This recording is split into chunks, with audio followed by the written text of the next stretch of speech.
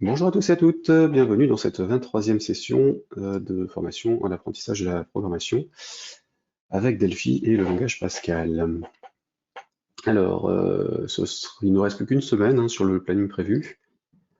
Je reparlerai essentiellement de la partie RTL, en fait, du Pascal et des librairies qui sont utiles pour un petit peu toutes les utilisations et tous les types de projets dans les jours qui viennent.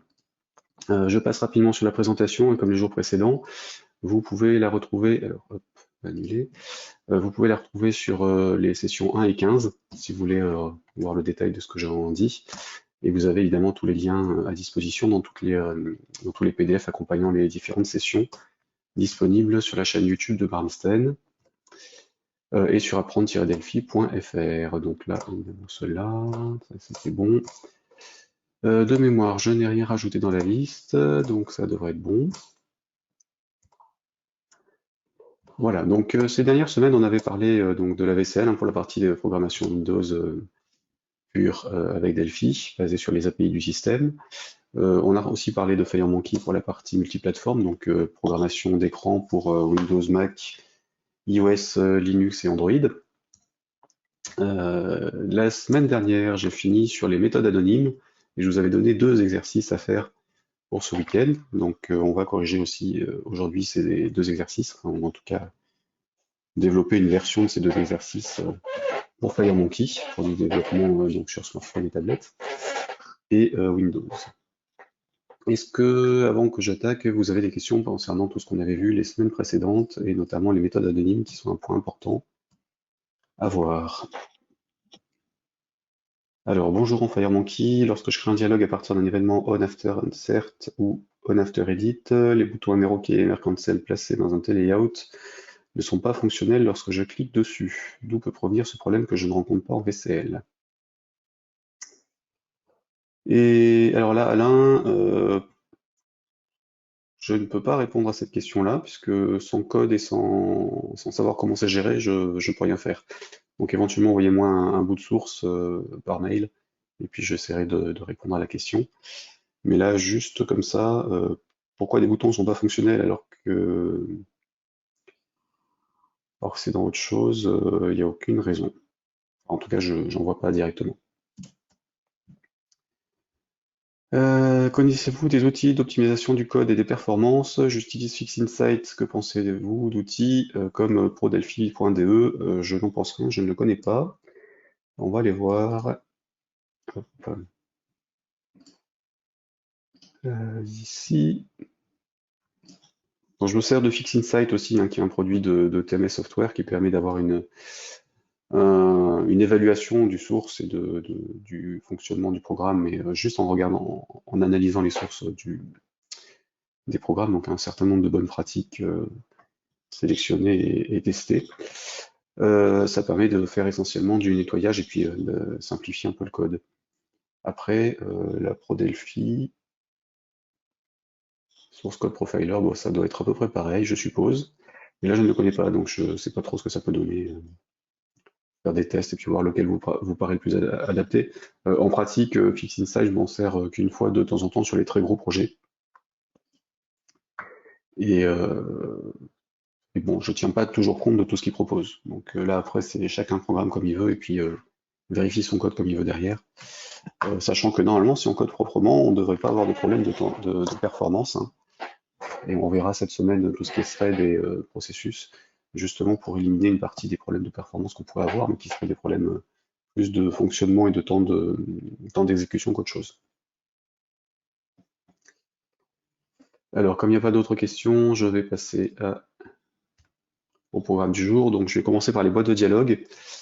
Simple en FMX. Donc, quand on avait vu la VCL, je vous avais parlé des boîtes de dialogue en VCL.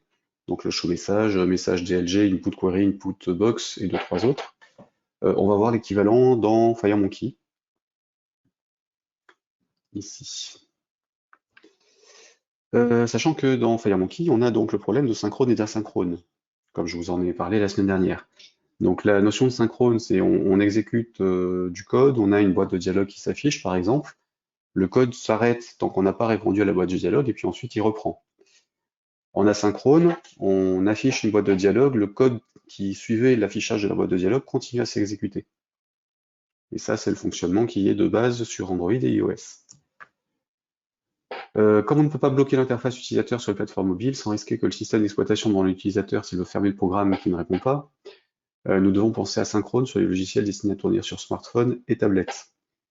Par conséquent, si on fait des programmes qui sont censés être mixtes, smartphone, tablette et desktop, à ce moment-là, il faut penser asynchrone pour tout.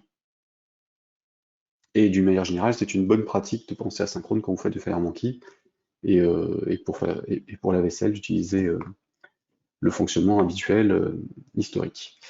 Donc en synchrone sur la plupart des fonctionnalités. Je vous ai dit que ShowMessage est aussi disponible sur les projets FireMonkey. Et en fait, il est tantôt synchrone, tantôt asynchrone selon la plateforme sur laquelle il est. Donc on va aller regarder un peu sa doc et puis un petit peu voir ce qui se passe derrière pour savoir quelles sont les autres fonctions et les autres méthodes qui nous permettent d'afficher des boîtes de dialogue. Ça permettra aussi de regarder comment la documentation fonctionne et vous permet derrière de trouver les réponses à vos questions à partir d'une chose que vous connaîtriez au départ. Donc là, en l'occurrence, le ShowMessage. Donc je crée un nouveau projet multiplateforme. Je vais juste y mettre un bouton dessus, et puis dans le bouton, je vais faire un ShowMessage Hello World classique, et puis ensuite on va aller dans la doc pour voir quels sont les équivalents des input box et ainsi de suite.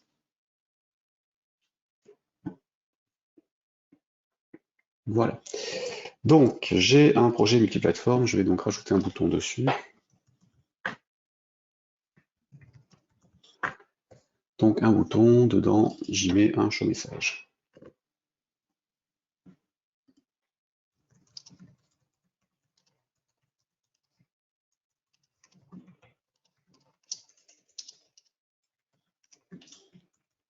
Je réponds juste à un message.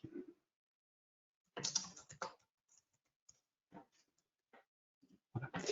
Donc, ShowMessage. Ici, j'ai dit Hello World. Voilà. J'enregistre le projet. Donc après, on va faire d'autres fonctions. Donc on sera dans Bootcamp Delphi ici. Phase 2, c'est le jour 23. Et donc aujourd'hui, on est sur du FireMonkey et Pascal.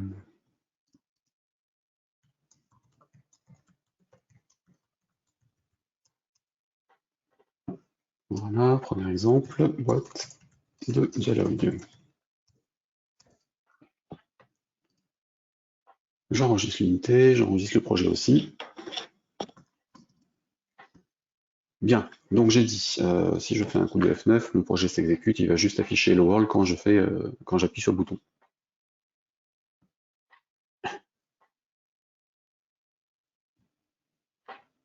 Donc là on est en Windows, on est en mode synchrone de base, comme pour la VCL.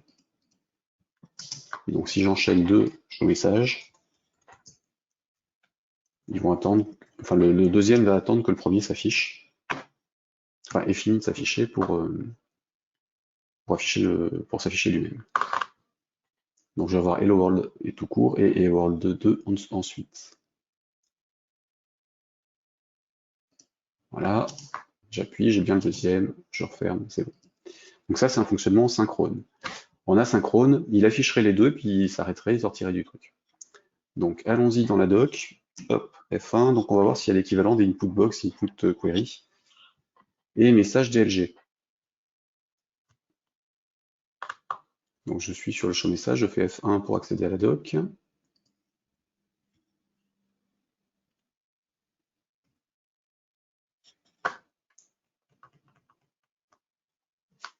Il mouline un peu.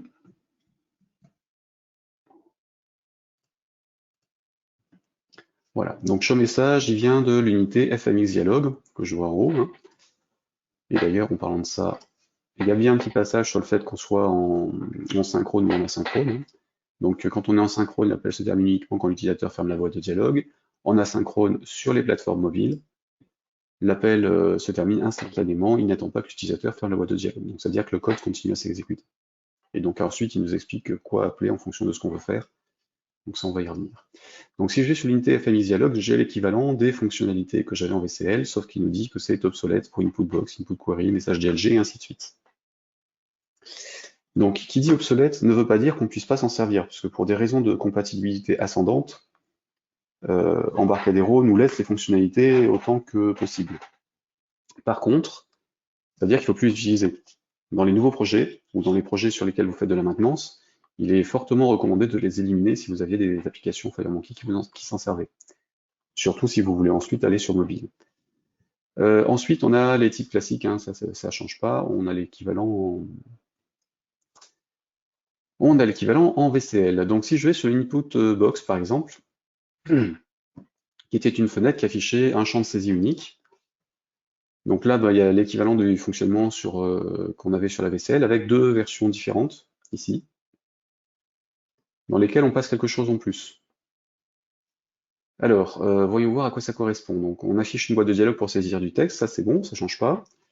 Et donc le caption, c'est toujours le titre de la fenêtre, le prompt, c'est le libellé qui est affiché avant le champ de saisie, et à default, c'est la valeur par défaut du champ de saisie. Même fonctionnement qu'en FMX, qu'en VCL. Donc ça, c'est pour la fonction. Ensuite, on a deux procédures. Et ces deux procédures prennent un truc en plus. Là, en l'occurrence, un aCloseBox proc ou un aCloseBox event, ici. Et en fait, ce truc-là, ce sera une méthode anonyme qui sera passée derrière et qui permettra de faire du code quand la fenêtre sera utilisée. Donc, aCloseBox proc, c'est une méthode anonyme exécutée par Inbox lors de la fermeture de la boîte de dialogue. Et ensuite, il nous explique ce que ça fait. En gros, au lieu de tester directement le résultat d'une input-box, on va appeler une procédure input-box qui prend en paramètre un truc qui va récupérer le résultat. Et donc là, on a l'équivalent des fonctions de callback, on a dans certains langages ou des closures. Hein. C'est simplement qu'on passe du code qui va exécuter, enfin qui va se servir du contenu qu'on a récupéré. Donc là, c'est une petite explication. Et donc, globalement, ici, si on regarde ça, dans Windows, la version sans le aCloseBox proc ou aCloseBox event, parce qu'ils ont oublié de le mettre aussi, elle est bloquante sur Windows, OS X et iOS, donc elle fonctionne en tant que fonction, mais sur Android, elle n'est pas implémentée. Si on utilise la version avec le aCloseBox proc, on est bloquant par défaut sur Windows et macOS, et on est non bloquant sur iOS et Android. Donc on respecte le fonctionnement normal ou habituel du système d'exploitation, et derrière, on peut gérer quand même nos affaires, mais en utilisant du code anonyme. Donc là, par exemple, si je veux utiliser un input box, je vais coder ça comme ça. Hop. Historiquement, alors je vais le mettre entre les deux, hein, if input box, parenthèse, donc là on avait un titre ici, donc c'était titre de la fenêtre, message du champ de saisie, valeur par défaut, hop, parenthèse, et ça renvoyait une chaîne de caractères. Donc je vais mettre là, var ch.string. Donc là, je prends la version fonction. Si je fais un CTRL F9, dans les messages, il m'indique que le symbole input box est déprécié, il faut utiliser dialog service.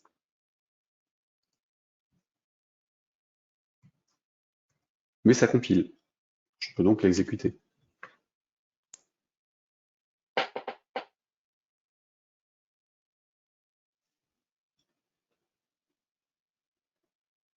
Donc là, j'ai mon premier show message, j'ai la boîte de dialogue, j'ai mon second show message. D'ailleurs, dans le second, je vais afficher le contenu de la boîte de dialogue. Enfin, le contenu de ce qui a été saisi dans la boîte de saisie. Hop, voilà. Donc ça, c'est le fonctionnement Windows, et Mac, et Linux. Si je reviens là-dessus, donc la compilation me disait d'utiliser FMX Dialog Service. Il se trouve que là-dedans, on n'a pas le lien pour ça. Malheureusement, par contre, on l'a dans la liste à gauche, ici. Et FMX Dialog Service a une classe qui s'appelle tDialogService. Cette classe d'assistance permet de gérer les différentes plateformes pour le comportement asynchrone ou asynchrone lors d'affichage des dialogues. Donc désormais, en FireMonkey, c'est de là qu'on va récupérer nos infos. Ici, je vais faire la deuxième implémentation. Input box, hop, donc on avait la même chose. Virgule, procédure, quelque chose.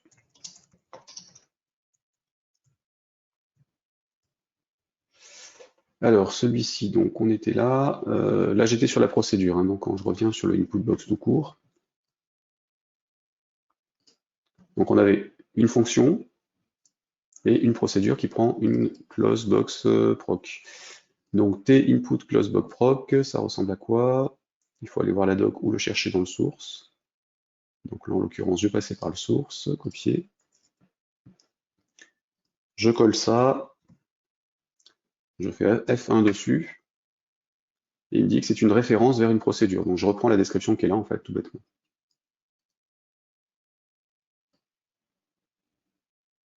Et référence sous procédure, c'est ce que je vous ai dit, c'est une méthode anonyme, c'est ce que je vous ai expliqué vendredi. Donc ça, je l'enlève. Ici, ma procédure, c'est donc ça. Ah oui, sauf que le CTRL-C, CTRL-V ne passe pas là.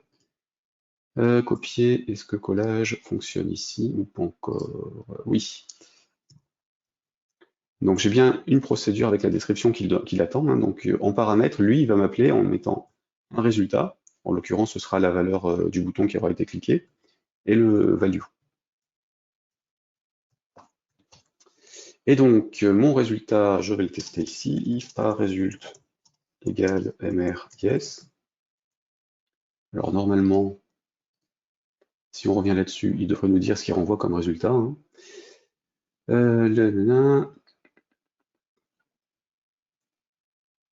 Close box proc. Bon, il ne le dit pas. On va considérer que c'est du cancel et du non cancel, sinon il faut le tester. Donc si c'est pas cancel, if not à result égale cancel, then show message à value, else show message cancel. Donc, j'aurai un premier show message qui sera bloquant. J'ai un affichage de champ de saisie sous forme de boîte de dialogue qui est bloquant parce que la formule avec la fonction est bloquante sous Windows. Ensuite, j'ai un input box ici en tant que procédure qui prend une procédure, enfin une méthode anonyme. Lui, il ne sera pas bloquant, c'est indiqué dans la doc. Et ensuite, un show message. Donc là, ce qui va se passer, c'est que je vais avoir ça qui s'affiche, je clique, ça qui s'affiche, je clique, ça s'affiche. Ensuite, le CH d'origine s'affiche. Et une fois que j'ai fini de cliquer sur celui-ci, je peux reprendre ça. Hop.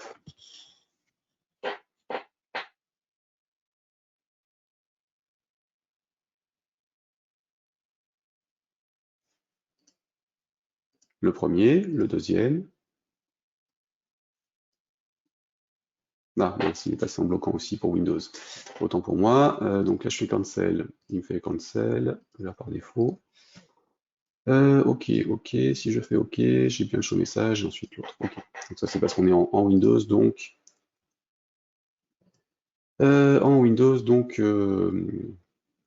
Synchrone. Je vais forcer le mode asynchrone. Comme ça, on va voir ce que ça donne. Donc là, je vais rajouter l'unité qui est ici, hein, donc système fmx.dialogservice. Et donc, on va voir ce que ça donne avec ça.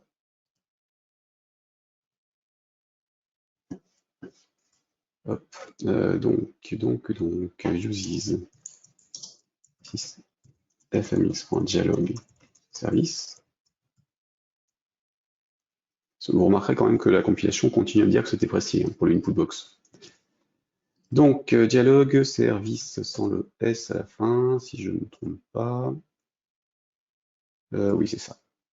Et donc là, je vais mettre un deuxième bouton pour gérer que les méthodes qui viennent de dialogue service. Alors, F12. J'ai rajouté cette unité-là. Dans l'unité dialogue service, on a plusieurs choses. La première, c'est qu'on peut utiliser prefer mode pour forcer synchrone ou asynchrone. Donc ce preferred mode, ici, tac. Je vais aller le modifier tout de suite.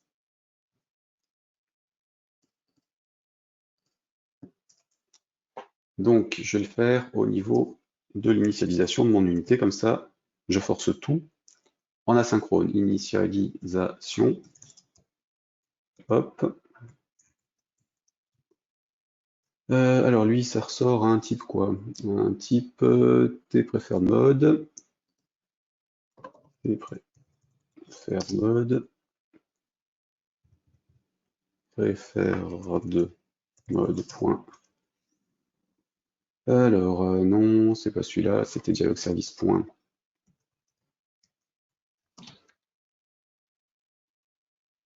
A5 ou plateforme. Par défaut, c'est plateforme. Donc sur les Windows, Mac, Linux, on est en synchro, et pour les autres, on est en asynchro.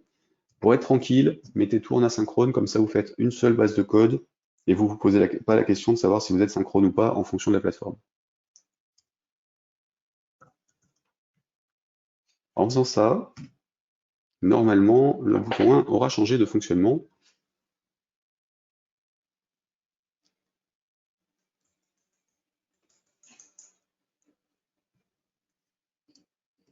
Donc j'ai mon show message, mon input. Ah bah non, il veut pas, donc ils l'ont mis en dur sur celui-là. Ok, donc on va laisser tomber les anciennes versions. Et donc je vais utiliser les tdialog service, hop, ici, pour refaire la même chose. Donc on revient sur le FMX dialog, on a un tdialog service avec un input query, message dialog et show message. Le input query, donc c'était toujours une demande d'information, hein. Donc là en l'occurrence, je vais remettre la même chose que sur les anciens codes, F12. Bouton 2, donc on a un tdialog service ici, point show message, ici, et donc on va faire, je vais mettre copier-coller, ce sera plus simple, hop, ici. J'ai donc dit tdialog service, point, une variable ch ici,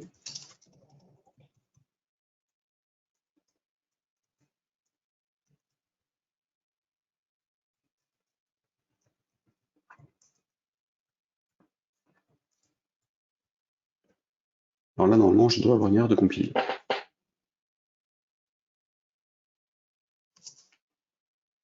Donc le input box en tdialog service n'est pas une fonction.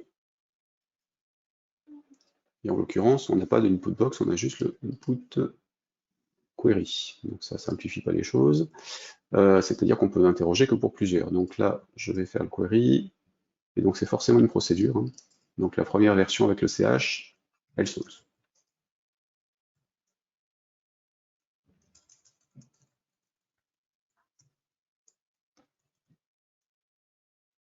Donc notre input query qui permettait sur la VCL d'afficher plusieurs champs de saisie. Donc on peut en afficher qu'un ou un ou plusieurs, hein. Du coup on va s'en servir comme ça. Donc il lui faut un titre, un prompt. Donc là en l'occurrence le prompt ce sera un tableau de chaîne. Donc là j'en ai qu'une seule. Et donc les tableaux avec des crochets quand on n'a pas envie de le mettre ailleurs. Hop. Ici, CTRL majuscule espace pour avoir la suite. Donc la suite ce sont les valeurs par défaut. Donc là, bah, j'en aurai qu'une seule, donc pareil, je mets un tableau comme ça. Le dernier, bah, ce sera un aClose query proc, donc une procédure anonyme qui est de type tinput close query proc, ou un tinput close query with result event. Donc pareil que tout à l'heure, hein, il faut regarder ce que c'est le tinput close query proc. Donc soit je vais dans le source, hein, en faisant un contrôle-clic sur une input query quand j'ai les sources, soit je saisis le truc et puis je regarde l'aide dessus. Donc là on est là, je vais sur le type. Le type query proc, c'est donc une référence to, procédure, machin truc. Donc là, je récupère le machin truc en question. Voilà. Normalement, je vais fermer. Ici. Et donc, c'est plus ça qu'il faut lui passer, c'est ça. Alors, vous copiez ce qu'il y a derrière le référence tout à l'identique. Les const, machin truc sont obligatoires. Sinon, il vous fera une erreur de compile. Donc là, pareil, j'ai un résultat qui sera donc un A-result. Donc A pour argument. Donc, on va considérer que c'était cancel ou autre chose, hein, on va vérifier après, en fonction des boutons qui sont utilisés. Et dans le cas contraire, bah, j'ai un A-values qui est un tableau. Donc là, je vais faire une boucle pour afficher tous les résultats. Pardon, ici, je déclare une variable i dans mon zen, donc for i prend 0 to A-value. Donc c'est un tableau, donc c'est count length A-value. D'où, alors ne pas oublier le -1, puisque comme d'habitude, c'est de 0 à x, enfin à n, à nombre d'éléments -1. Et donc c'est A values de i. Voilà. Donc là, j'ai affiché toutes les réponses, on a une ou plusieurs. Et du coup, bon, mon show message à la fin, il ne sert plus à rien, mais je vais quand même l'afficher. Coucou. Voilà. Je réexécute. Donc là, je suis passé en asynchrone, hein, donc c'est le même fonctionnement sur iOS et Android.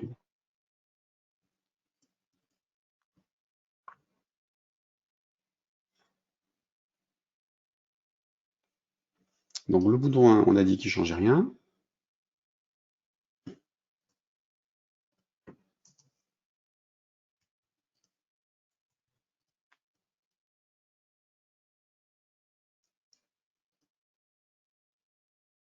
Le bouton 2 fait la même chose, sauf qu'on a toutes les fenêtres qui apparaissent. Et elles sont toutes actives, hein. Les show messages qui sont censés être bloquants, voilà. Il est bloquant que pour rapport au titre de la fenêtre qu'on vient d'ouvrir. Puisqu'en réalité, il n'est pas bloquant. Il a fait le show message, ici, il est passé à la fin, et donc il est parti sur le end, et donc il a fermé la zone.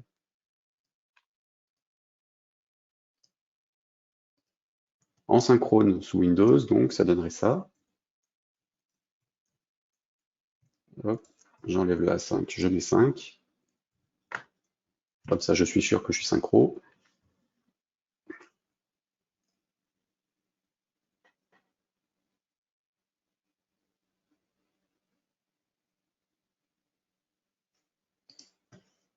Hello World, le champ de saisie, l'affichage et le coucou final. Donc habituez-vous à jouer avec ça. Hop là, Z. Bon, je disais, habituez-vous à jouer avec le fait qu'on soit en synchrone ou en asynchrone selon les types de plateformes sur lesquelles vous voulez utiliser votre programme. Et idéalement, arrangez-vous pour que tout fonctionne en asynchrone parce que le jour où vous aurez envie d'exécuter votre programme sur une tablette, vous pourrez juste le recompiler et ça continuera à fonctionner. Donc dans vos sources, je vous recommande de rajouter ça systématiquement et donc le FMX Dialog Service en unité systématiquement aussi. Et par conséquent, d'utiliser tdialogservice point quelque chose pour tous les affichages de boîte de dialogue. D'ailleurs, j'aurais dû faire ça aussi sur le message à l'intérieur, histoire d'être cohérent.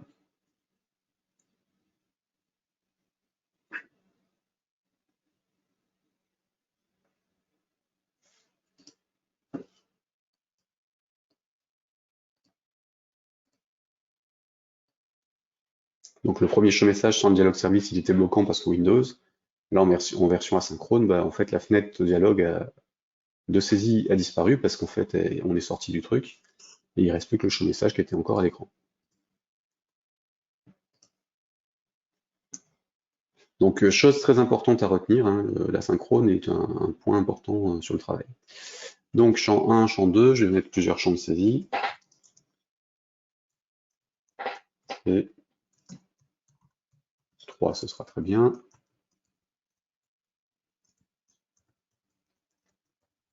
Bref, 1.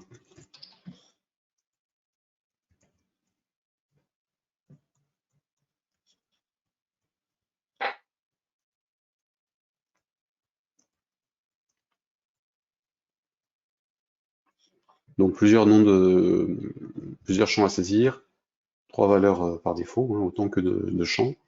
Je réexécute, j'aurai donc 3 fenêtres de dialogue qui apparaîtront une fois que j'aurai validé ma fenêtre. Ou alors que le cancel si j'annule. Alors j'ai fait un F8 sans doute, au lieu de F9, donc il est passé en mode débugage avec point d'arrêt, je réexécute ça, donc j'ai bien tous mes trucs qui apparaissent en même temps, hein, donc les deux show messages de l'extérieur plus la fenêtre de saisie. Si je fais cancel, ça sort. Là, ça dégage, ça dégage, et donc si je valide, j'ai bien les 3 fenêtres qui sont apparues et l'autre qui a disparu.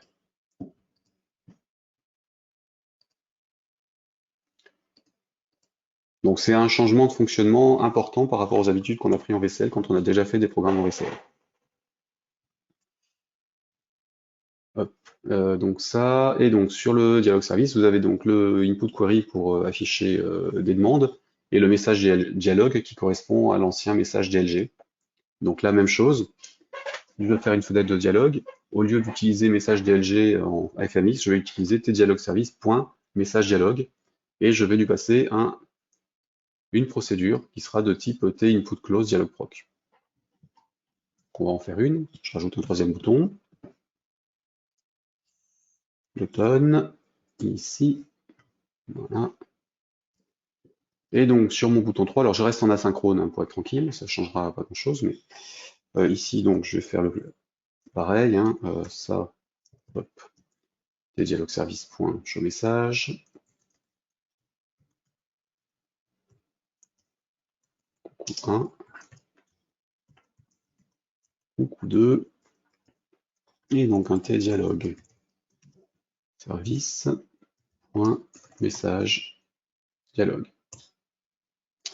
Et dans mon message dialogue, donc ce sont les mêmes champs qu'on avait habituellement dedans, hein, donc le texte du message, hein, le message affiché. Le type de la boîte de dialogue, donc c'est un TMSG DLG type.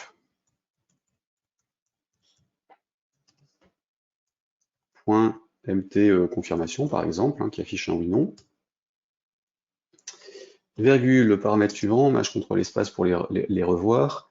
Donc là, c'est un TMSG DLG buttons. Comme il y a un S, on peut partir du principe que c'est probablement un tableau et les taper comme ça, et donc c'est un TMSG DLG btn.mbis, et je vais aussi y mettre un no. Voilà. Paramètre suivant.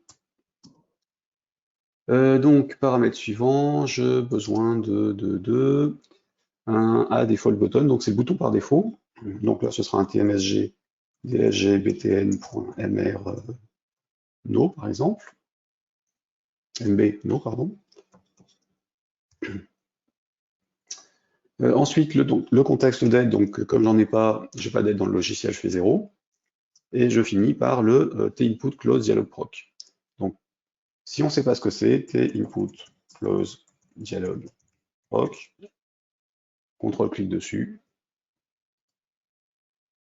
ou F1, ça nous ramène à la description, on copie ce qu'il y a derrière, et on a notre truc. Alors, il est possible qu'à un moment ou à un autre, on ait des assistants d'auto-remplissage de ce genre de choses. Pour l'instant, c'est pas le cas. Donc, quand on ne sait pas la description de la procédure anonyme à passer ou de la fonction anonyme à passer, on est obligé de récupérer le type et puis ensuite de passer par là. Mais comme vous le voyez, c'est assez simple à faire. Il n'y a pas besoin de perdre des heures dessus. Donc là, j'ai un truc de type modal result, j'ai les boutons cliqués comme avant, sauf qu'au lieu de faire un if message dlg machin égale mrok, ou mris en l'occurrence, bah, je vais le faire ici. Donc si mon résultat est mris, then show message yes, else show message no. Alors j'ai malheureusement l'habitude d'écrire show message sans me poser la question de savoir où il est. Donc là, on va rester cohérent, je vais faire un tdialog service aussi sur le show message. Sachant que sur le show message, on peut aussi passer du code qui sera exécuté une fois qu'on fermera la fenêtre. Donc si on veut faire plusieurs choses qui s'enchaînent, on peut les imbriquer les unes dans les autres. Ça complique un peu le source, mais on peut le faire. Donc là, par exemple, pour mon show message yes, je veux en plus faire quelque chose par rapport à ça. Et donc c'est un input close dialogue proc. Alors je sais plus ce que c'est non plus. CTRL-clic. Je vais à la fin, je copie ça. Ah bah, c'est la même chose en plus. Donc, hop, voilà, begin, end. Et donc, j'ai mon événement du bouton. Dans l'événement du bouton, j'aurai deux show messages qui se font, et puis un affichage de fenêtre avec une demande de confirmation, ici. Une fois que l'utilisateur aura cliqué sur Yes ou No sur l'un des boutons de la fenêtre de confirmation, Delphi va exécuter la procédure qui est ici, qui va ensuite afficher soit un show message, soit un autre. Et s'il affiche le premier, quand on clique sur le bouton, ben, il va exécuter ça. Donc c'est un peu comme si on travaillait avec des événements, sauf qu'on les fait directement dans le... Enfin, des événements qui se déclenchent sur les boutons, hein, sauf qu'on le fait directement dans le code, à l'endroit où habituellement on aurait écrit les choses l'une derrière l'autre. À l'ancienne, ici, j'aurais écrit, alors je vais refaire un show message ici, hein. Donc les dialogues service. Oui, alors hop, copie, CTRL C, ici, donc yes, hop. Donc là, c'est la façon d'écrire maintenant. À l'ancienne, on aurait écrit ça. Begin, end. Alors par contre, il faut que je triche. Je vais mettre ça en commentaire en attendant. Voilà. Donc if machin zen begin, end derrière, else ça, end. End parenthèse point virgule, end point virgule. Voilà. Il y a un souci d'affichage et de repositionnement d'incrémentation, de l'indentation avec le CTRL D. Donc, if result yes, donc j'ai dit je fais à l'ancienne, donc là j'ai un show message, yes, avec les apostrophes au bon endroit, et puis ensuite un show message fin.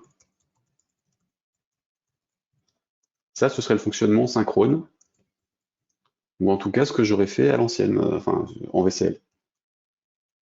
Et donc en FMX, il vaut mieux écrire ça. Je vais exécuter ça.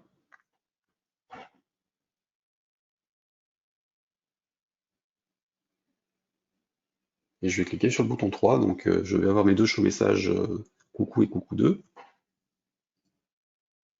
Voilà, le 2. Le 1 il était bien derrière, hein. Donc les fenêtres s'empilent bien dans l'ordre dans lequel elles s'affichent, hein, par contre. Ça ne change pas. Et donc mon message affiché, je fais non, je dois avoir un no, voilà. Et si je fais yes, j'ai bien yes. Et là, je vais avoir fin.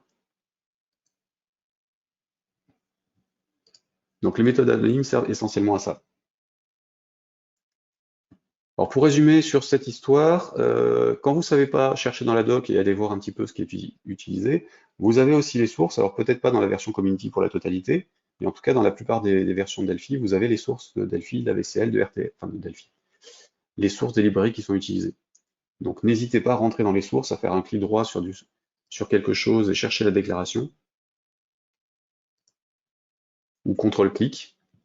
Ça va vous positionner dans le source de Delphi. Vous avez la façon dont c'est utilisé et puis les exemples dans les fichiers exemples à télécharger, et ainsi de suite.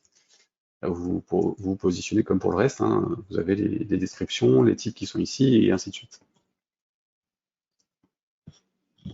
Et ça, il y a très peu de langages qui vous le proposent. D'ailleurs, je pense qu'en payant, ça doit être le seul. Hop. Donc, on a ça. Alors, pour résumer, n'hésitez pas à regarder la doc, n'hésitez pas à regarder les sources de Delphi pour récupérer les informations et puis regarder leurs exemples. Et pour les messages et les boîtes de dialogue dans FireMonkey, utilisez fmx.dialogueservice. Systématiquement, comme ça vous êtes tranquille. Et pareil, systématiquement, passez en asynchrone pour vous forcer à penser comme vous le feriez pour les mobiles. Même si vous travaillez pour Windows, comme ça votre code sera compatible quoi qu'il arrive et vous pourrez le réutiliser dans une application mobile sans avoir à changer quoi que ce soit dedans.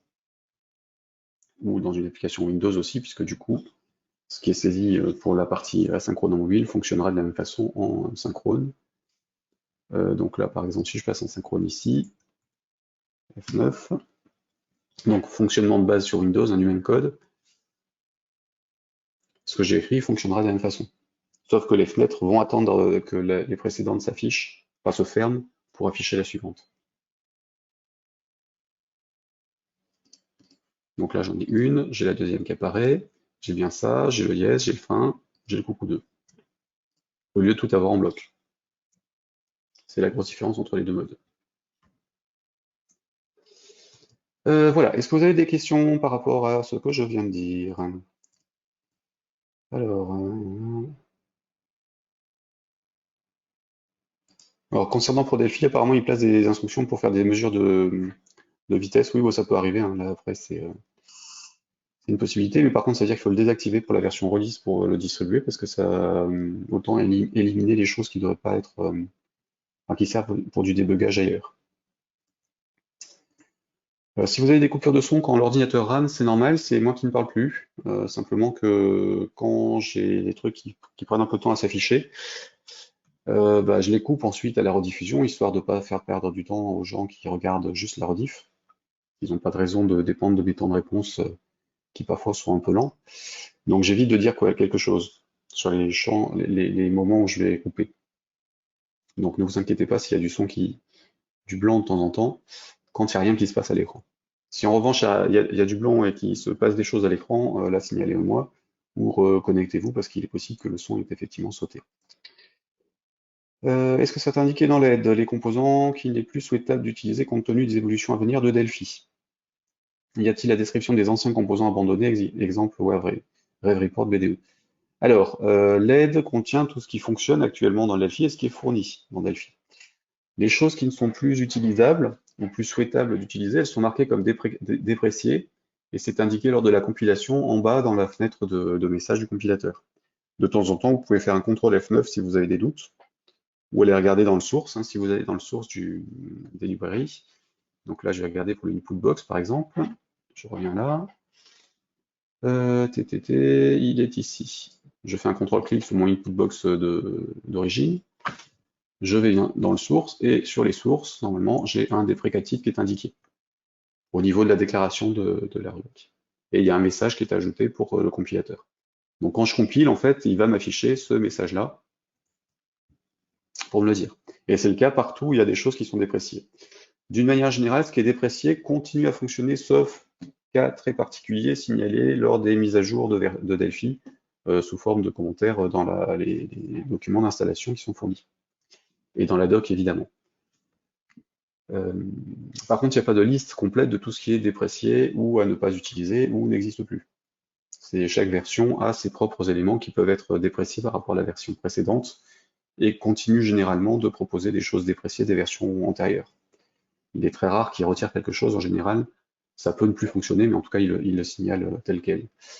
Par contre, il n'y a pas de description de composants abandonnés. Les Rev Report BDE et autres ne sont pas dans la doc puisqu'ils ne sont plus fournis. Et puis Rev Report, en plus, était un outil externe, donc il n'y a aucune chance de le trouver dans la doc d'Embarcadero. Vous pouvez le trouver chez Rev Report quand vous cherchez. Pour le BDE, ce sont des composants qui sont installés en option, donc c'est pas dans la doc. En tout cas, c'est pas dans la doc embarquée dans l'environnement. C'est rajouté lorsque vous rajoutez les infos. Et vous les avez sur le doc wiki. Mais là, la documentation des composants qui n'existent plus, bah, vous ne la trouverez que sur les anciennes versions. Quand vous allez sur docwiki.embarcadero.com, vous pouvez accéder aux anciennes docs aussi. Enfin, pas toutes, hein, évidemment. Toutes celles qui ont été mises en ligne sur le site en question depuis les versions XE normalement.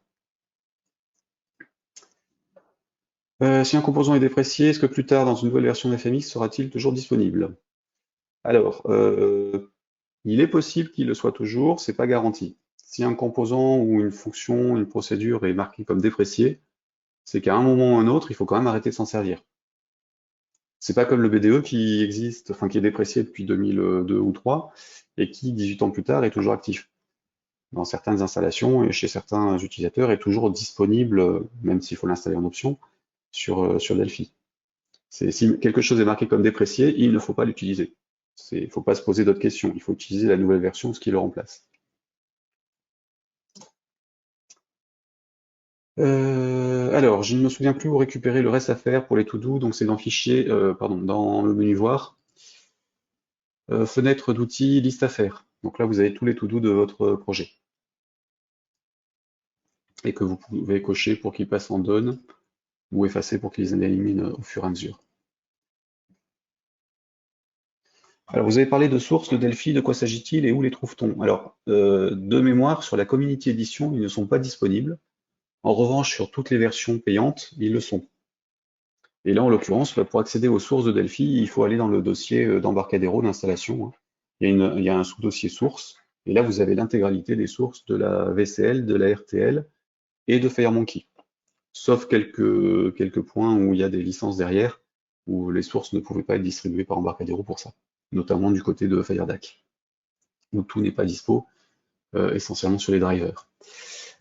Si vous ne trouvez pas enfin si vous voulez accéder aux sources de Delphi depuis vos propres fichiers sources, il suffit de faire un clic droit dessus, chercher la déclaration ou faire un contrôle-clic sur quelque chose dont vous voulez accéder à la déclaration ou à l'implémentation. Et ensuite, ça vous affiche le fichier Pascal correspondant s'il le trouve, et vous avez information dessus. Pareil, si vous allez sur les unités dans les uses, vous faites un contrôle-clic par exemple sur système.type, il va vous ouvrir le fichier système.type, s'il le trouve. Mais en tout cas, il va vous l'ouvrir et donc vous avez accès aux sources de ce fichier-là. Et donc vous pouvez regarder comment sont déclarées certaines choses. Par contre, ne modifiez rien là-dedans. Évidemment, si vous modifiez les fichiers d'origine qui sont fournis par Embarcadero, ce sera écrasé à la version suivante. Et puis ceux-là, ils ne sont pas recompilés à chaque exécution de vos programmes, de toute façon. Donc changer quelque chose là-dedans ne changera rien dans vos exécutables normalement. En plus de pouvoir de vous générer des choses bizarres lors des changements de version où il écraserait vos modifications par les nouveautés. Enfin, en tout cas par les fichiers en cours. D'autres questions, c'est bon? Bon, je considère à partir de là que c'est bon pour vous pour ces parties de dialogue et sur tout ce qui est méthode anonyme, hein. Donc, sujet suivant, tes passes, tes files, tes directories de l'unité système.ioutils. Donc, je vous ai déjà parlé du tpass pour accéder au chemin d'accès du dossier mes documents sur Windows. Je vous ai déjà montré 2-3 trucs sur le tfile avec les ouvertures de fichiers textuels, normalement, notamment. Maintenant, on va voir un petit peu le détail des 3 librairies en question. Enfin, librairies qui sont plutôt des classes, avec des méthodes de classe accessibles directement par le nom de la classe. Donc, l'unité système ioutils. Depuis que Delphi embarque des compilateurs pour plusieurs systèmes d'exploitation, s'est posé la question d'accéder au système de fichiers de chacun d'eux de façon transparente, pour pas que dans nos sources, on passe notre temps à appeler les API d'un système ou d'un autre en fonction de la plateforme sur laquelle on a compilé. Donc pour ça, Embarcadero nous a adapté les instructions, fonctions et procédures historiques, mais ils fournissent aussi de nouvelles façons de travailler avec les fichiers. Donc vos sources existant en Pascal, vos librairies qui pourraient utiliser d'anciennes méthodes pour accéder aux fichiers, fonctionneront globalement toujours sur les autres OS que Windows, moyennant évidemment que vous changiez le slash en backslash, ou plutôt le backslash en slash, sur les chemins d'accès, puisqu'il n'y a que sous Windows que c'est une barre de division inversée. Sur les autres, c'est tous un slash, le même que pour les sites web. Les opérations liées aux fichiers peuvent désormais être faites par des méthodes réparties sur 3 classes présentes dans l'unité système ioutils, hein, ce que je vous ai déjà dit. Ces classes sont tpass pour gérer les chemins, tdirectory pour gérer les dossiers et tfile pour gérer les fichiers. Ces classes n'ont pas besoin d'être instanciées, et de toute façon il ne faut pas. Ce sont juste des espaces de nom dans lesquels on a des procédures et des fonctions. Alors tpass, c'est la fonction, enfin c'est la classe qui permet de manipuler des chemins. Donc c'est la chaîne de caractères qui aboutit à un fichier ou un dossier, ou plusieurs fichiers, plusieurs dossiers. Dans tpass, on retrouve des fonctions donnant accès au chemin par défaut, des différents systèmes d'exploitation et des fonctions de découpage d'un chemin et des fonctions permettant de les créer au bon format. Ça gère des chaînes de caractères, ça n'a aucune action physique sur le système de fichiers. Alors je vais vous ouvrir un nouveau projet multipériphérique, toujours application vide, et on va aller voir à quoi ressemblent les tpass, tfiles, tdirectory dedans. Et là encore, je vais vous renvoyer sur la doc pour le détail.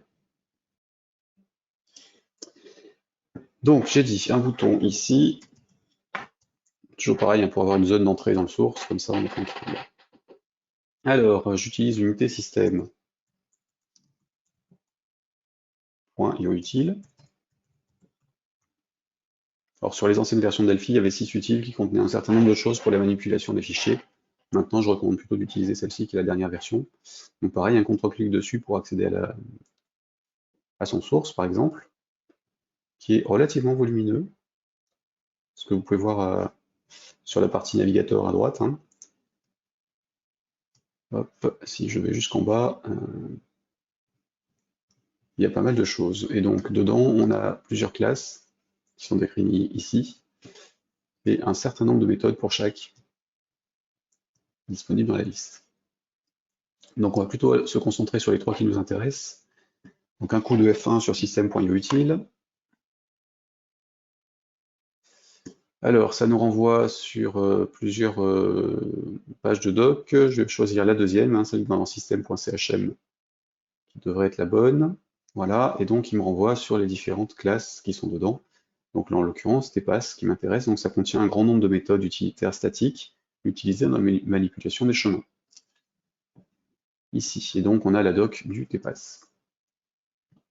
Et sur le TPAS, voilà, donc on a des méthodes et des propriétés. Donc sur les propriétés, on a simplement la barre de séparation, donc le alt directory separator char ou directory separator char, ou extension separator char, ou pass separator, et ainsi de suite. Donc en gros, ce sont les symboles qui permettent de séparer la partie long du disque dur, quand il y en a un, des chemins d'accès, et ensuite entre chaque dossier, et ensuite entre un dossier et un programme, ou un fichier, et entre un nom de fichier et son extension éventuelle. Donc ça, c'est sous forme de constante, on peut s'en servir dans nos programmes, on TPAS point quelque chose. Et c'est d'ailleurs mieux de s'en servir en TPAS point quelque chose que directement avec le slash, backslash, point, et ainsi de suite. Et dans les méthodes, on a tout ce qui permet de manipuler donc des chemins d'accès. Dedans, on a notamment les get quelque chose. Donc là, je vous ai montré amplement le get document pass, hein. Donc il renvoie le dossier mes documents en fonction du système d'exploitation. Et donc si je vais sur le détail de tous, on en a un grand nombre qui accèdent notamment aux documents publics, aux fichiers de téléchargement et ainsi de suite. Et à certains, notamment les librairies de photos et donc Get Picture Pass pour les images, Get Shared Picture Pass pour les Pictures Pass pour les images du document public et ainsi de suite. Et donc selon la plateforme, il faudra que vous ayez l'autorisation d'y accéder, notamment sur autre chose que Linux et Windows, puisque les autres sont en accès privé pour des raisons de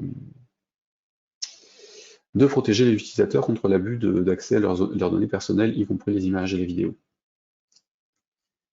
Donc là, si je veux un chemin d'accès, hop, ici, var ch2.string, et donc mon ch, il prend tpass.combine. Donc je vous ai dit, hein, combine, ça permet de rattacher deux parties dans un chemin d'accès, donc c'est ce qui va rajouter le backslash. Donc là, on pourrait le faire à la main, hein, éventuellement en mettant le tpass.separator. Donc tpass.combine de tpass.getDocument, virgule, mon dossier, par exemple. Dans mon dossier, il faut quand même que je mette entre apostrophes, puisque c'est une chaîne de caractères aussi. Si je veux plusieurs niveaux, je suis obligé de rajouter pour l'instant un tpass.combine. Ici, donc, je vais remettre mon dossier, virgule, mon sous-dossier. Il est possible que ça change avec la version 10.4 si l'une des demandes qui sont en attente a été prise en compte, permettant d'utiliser un combine multiple, qui simplifierait pas mal les choses. Sinon, vous pouvez écrire ça, ch prend tpass.get document pass, tpass.separator, alors c'était pass separator, plus mon dossier. En tant qu'à faire, je vais écrire avec des majuscules comme l'autre, plus tpass.passeparator, plus mon sous-dossier. Les deux sont équivalents. Donc avec le combine, en usage multiple ou directement, ou imbriqué les uns dans les autres, où le ch prend tpass et puis on cumule les chaînes de caractères en incluant le séparateur de de dossier et jamais celui-ci ni ça.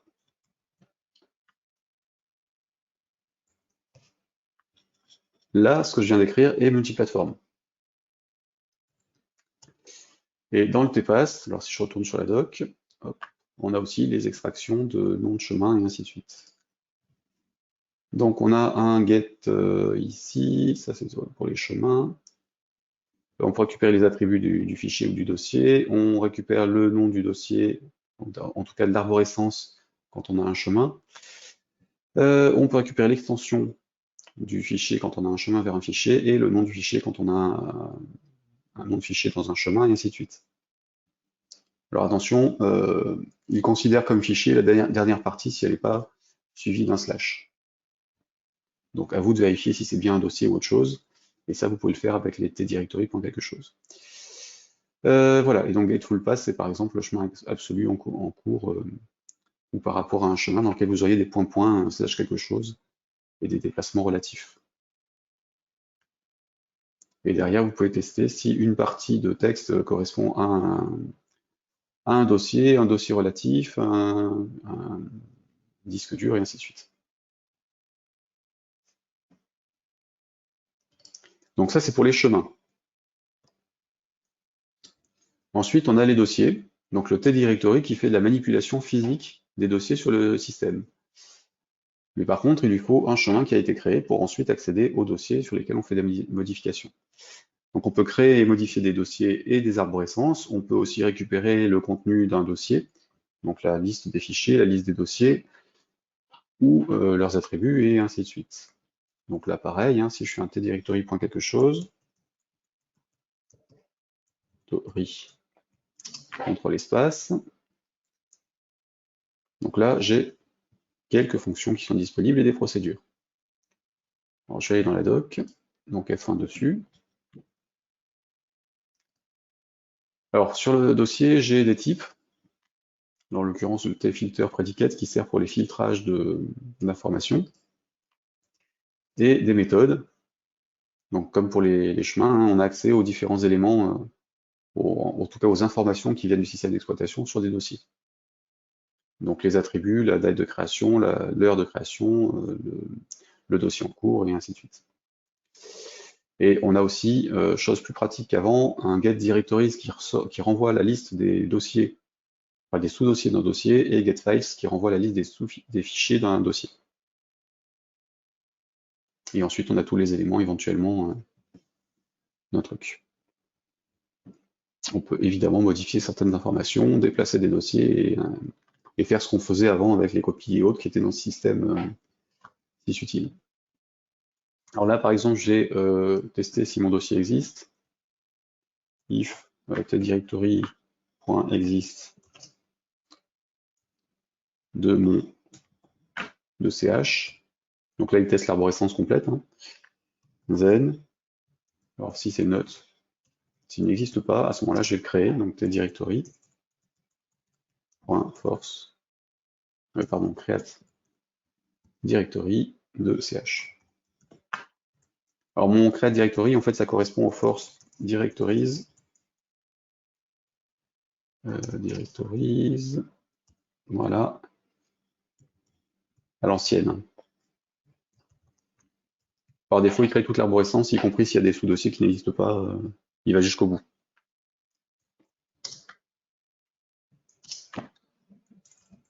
Voilà. Donc là, j'ai créé un chemin, on va dire que je garde ça en commentaire. S'il n'existe pas, enfin j'ai créé un chemin, j'ai créé un cheminement vers un dossier. S'il n'existe pas, je crée l'arborescence et ensuite je peux travailler dedans. Et pour travailler dedans, par exemple, je vais faire un F12 ici, je vais rajouter une listbox. Voilà. Et F12. Donc là, je peux faire un directory. Get files, donc j'ai récupéré tous les fichiers qui sont dans mon dossier document. Alors, mon getFiles, alors il y a un certain nombre d'implémentations hein, de cette fonction. notamment avec des possibilités de rajouter les tries directement dedans pour sélectionner. Donc là, je vais le faire avec un tPredicate, qui était le type rajouté sur le tDirectory. Là, je vais faire un getFiles, donc dans le chemin d'accès tpass.getDocumentPath. Et je vais rajouter mon tPredicate, donc là, en l'occurrence, tDirectory.tFilterPredicate, je vais regarder sur la doc, puisque je l'avais ici, F1 sur getFiles. Là-dedans, j'ai donc un prédicat, il y a bien un lien dessus, et donc c'est une référence sur une fonction qui renvoie un booléen. Ici, copier. Donc je crée ma fonction, begin, end, et voilà. Et donc je vais renvoyer true systématiquement, hein. Mais évidemment, on pourrait chercher le contenu du chemin, on pourrait regarder le zerchrec. Donc ça c'est le record habituel, pardon, zerchrec. Point. Si, le nom, la date, on va dire si le nom est différent, donc inférieur, supérieur à point, point, par exemple, zen, true. Voilà, c'est un exemple. Et donc ce truc-là, je vais rajouter dans ma listbox, donc pardon, listbox1, point add. Non, pardon, c'était pas add, c'était item. Point add. Donc là, j'envoie un tableau. Donc en l'occurrence, le addString devrait me permettre de le faire directement. Si je compile, qu'est-ce que ça donne? Il faut enregistrer d'abord. Bootcamp, phase 2, jour 23, ici, de utile. Là, normalement, je devrais récupérer la liste des fichiers dans ma listbox. Avant, il fallait 5 ou 6 instructions qui s'enchaînent et une boucle à la main pour le faire.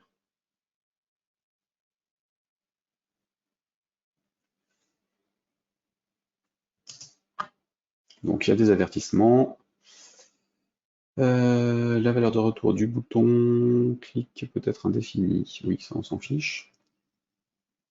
On s'en fiche F9.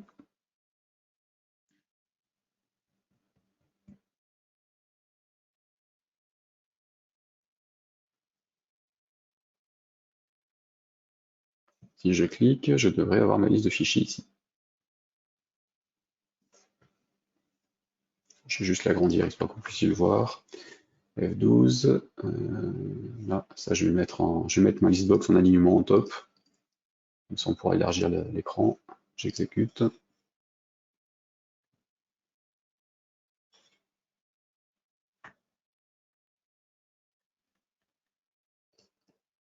Ouais, et là j'ai normalement ce qu'il y a dans mon document. Alors si je vais sur l'arborescence, hein. Ici, hop, là sur le document, j'ai dit là, j'ai bien ces fichiers-là.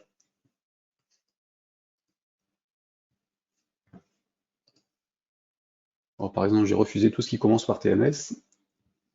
Donc là, pour éliminer les logs, zerchname.start.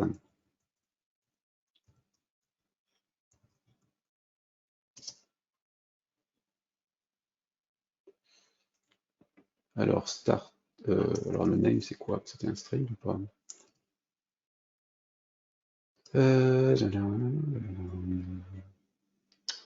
C'est un tFilename, du coup c'est pas un string.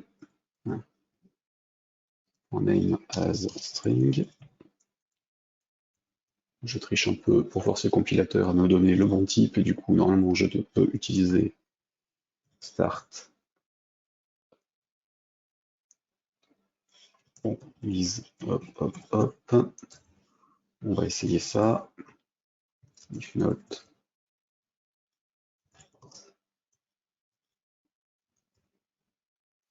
Sauf que le as ne marche pas là-dessus, donc je vais le faire autrement. Var non fichier de point string, point virgule, non fichier en zerchrec. Point. File, et par contre, je vais récupérer juste le nom dedans, donc c'était tpass.get filename de ça, pour éliminer le chemin d'accès complet. Donc, nom fichier, tpass.getFilename de ça, machin, et donc ça, nom fichier.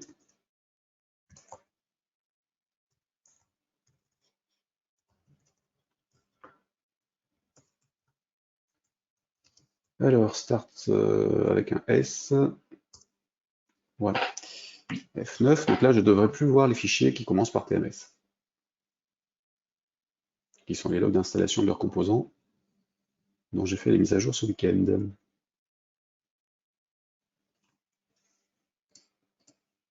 Il a bien fait le ménage.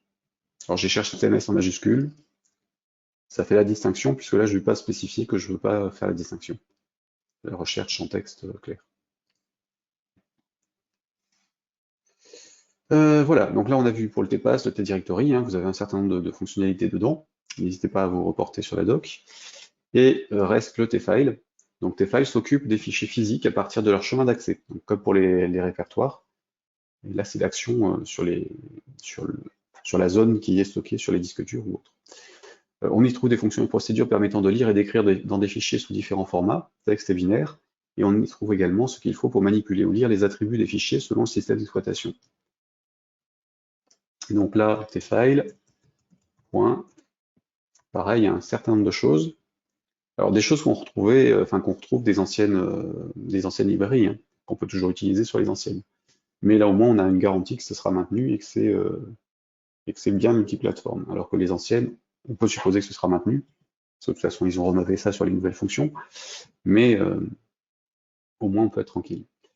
Donc là, par exemple, pour effacer un fichier, c'est tfile.delete et son nom de fichier. Pour le chiffrer, ce serait tfile.encrypt et son nom de fichier. Pareil pour decrypt, alors il faut vérifier. Enfin, faut vérifier. Faut voir quel est l'algorithme utilisé, qui n'est pas forcément le plus fiable, ou en tout cas le plus sûr.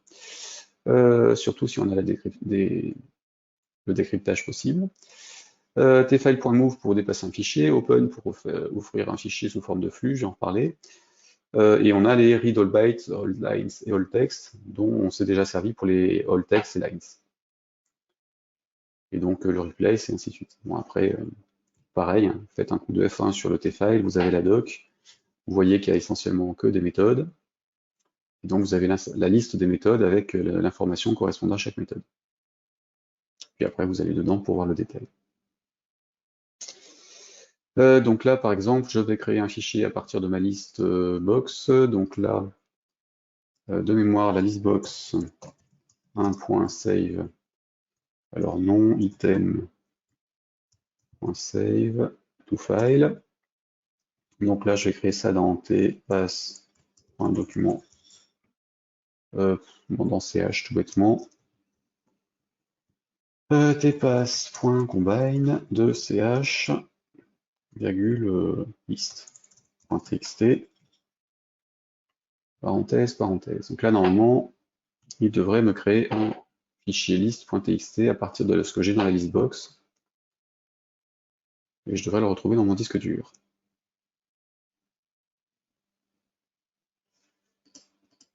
Donc j'ai ça c'est bon. Dans mon chemin d'accès, est-ce que j'ai bien mon dossier, mon sous-dossier dans Documents?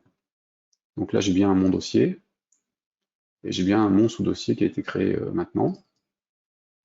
Et donc j'ai bien une liste dedans. Et si je clique sur mon liste, j'ai bien les lignes correspondantes à ce que j'avais dans la list box. Donc ça c'est OK, ça fonctionne correctement.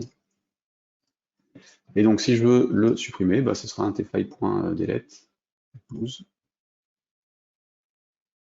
bouton 2.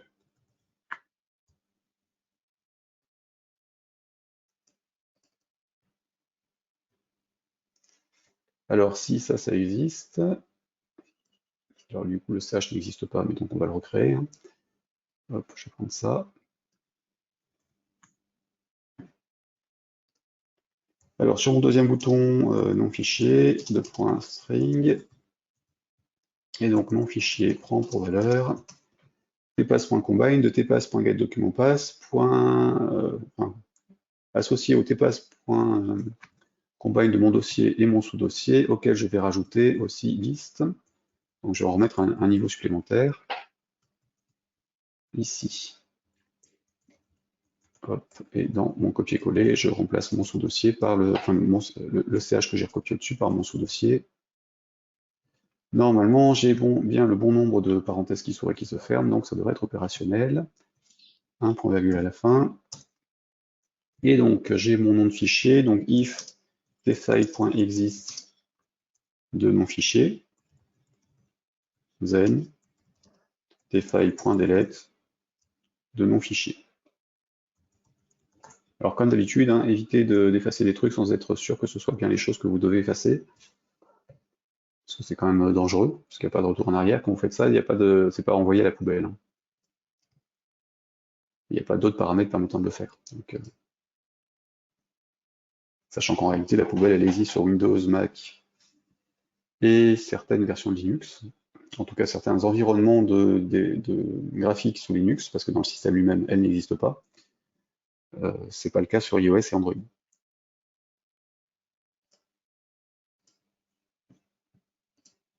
Donc là, j'ai effacé mon fichier. Normalement, je devrais plus le retrouver sur l'arborescence. Donc, document, j'ai mon dossier, mon sous-dossier, il est bien vide. Voilà. Donc, habituez-vous à utiliser ces fonctionnalités-là pour manipuler les fichiers. Ce sera plus simple à l'usage pour vous derrière. Alors, des questions. Ici, qu'en est-il des chemins longs? Plus de 269 caractères de mémoire.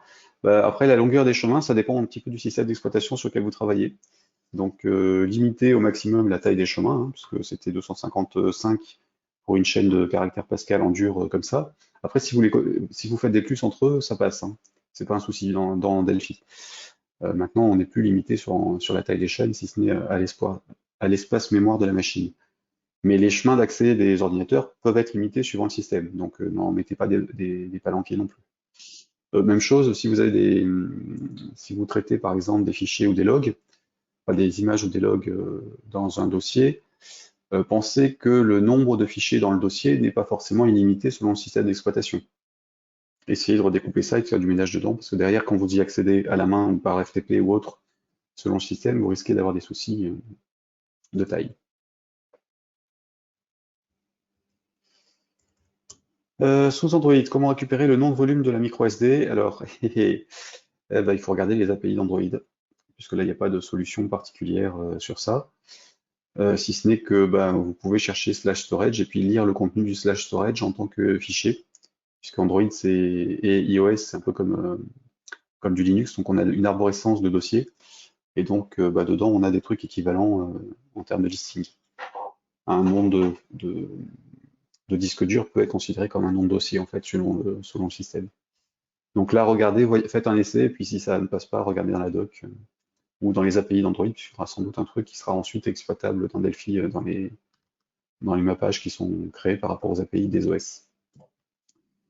Quels sont les standards utilisés sous Android pour placer des fichiers de configuration ou encore les bases de données?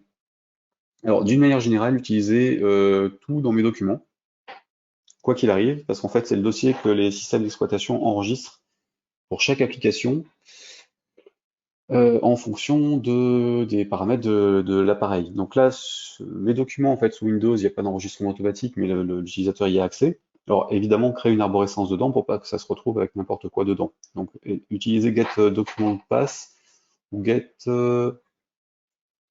shared ou public. Enfin, ça dépend des cas, mais je vais revenir ici. Donc sur documents, la doc, donc mes documents, donc je retourne sur la liste complète de toutes les fonctions, hein. Alors, get mes documents, ça c'était bon. Donc get documents, c'est les documents perso de l'utilisateur. Donc ça correspond normalement à mes documents sur Windows, sur Mac, ou folder, enfin sur l'utilisateur lui-même. Sur Linux, il y a un équivalent, puisque c'est le /home avec le nom d'utilisateur derrière. Et sur iOS et Android, c'est le dossier qui est réservé au stockage d'informations de l'application. Sachant que sur iOS et sur Android, il y a un système de sauvegarde automatique quand il est activé en cloud. donc sur iCloud par rapport à iOS et sur Google Cloud pour Android. Et quand on autorise la sauvegarde, tout ce qui est dans les documents des différentes applications est stocké par le système d'exploitation sur le service de cloud de sauvegarde de l'opérateur. Donc si vous mettez des choses dans les documents, ce sera lié à votre application, il n'y a que votre application qui a accès sauf configuration spécifique, et l'utilisateur ne peut pas y accéder en direct, normalement. Enfin, en tout cas, c'est un peu masqué dans l'arborescence, sauf s'il le fait sur une clé, une SD card, qu'il ensuite il utilise la SD card d'ailleurs. Donc le Get Document Pass, c'est quand même le dossier à utiliser d'une manière générale. Si vous préférez que ce soit pas accessible sous Windows et sur Mac facilement, vous pouvez utiliser, alors c'était lequel? Cached, public, non. Il était où? Get Home. Voilà, le Get Home Pass qui met dans App Data, application data sous Windows, et dans un dossier un peu masqué sur macOS aussi. Là, en l'occurrence, sur macOS, il n'est pas au même endroit, il va dans Home, donc il y en avait un autre. Mais en tout cas, regardez en fonction des plateformes qui vous intéressent où vous voulez stocker les infos, sachant que sur iOS et Android, les applications ont leur propre arborescence. Donc vous mettez où vous voulez en fait à partir du chemin qui est proposé. Par contre, évitez de le mettre en dur. Ne pas utiliser une des fonctions de TPass quand quelque chose passe, parce que vous risqueriez d'avoir un souci selon les OS, ou en tout cas les versions d'Android et puis les sécurisations qui sont mises au fur et à mesure. Donc ce que je recommande, c'est plutôt get document, puis ensuite get document pass, ensuite le nom de votre société ou votre nom, ou plutôt le nom de l'application, et puis derrière les données de l'application. Ou un sous-dossier intermédiaire, genre données programme, et puis mettez vos trucs à l'intérieur, mais essayez de prendre un truc qui soit unique pour vos projets, et que les utilisateurs n'auraient pas déjà sur leurs arborescences, et sinon mettez-le dans le App Data, donc le Get Home Pass. Pareil avec une sous-arborescence derrière obligatoire. Apparemment pas d'autres questions, donc on va passer à la suite du programme. Ici, je ferme mon projet.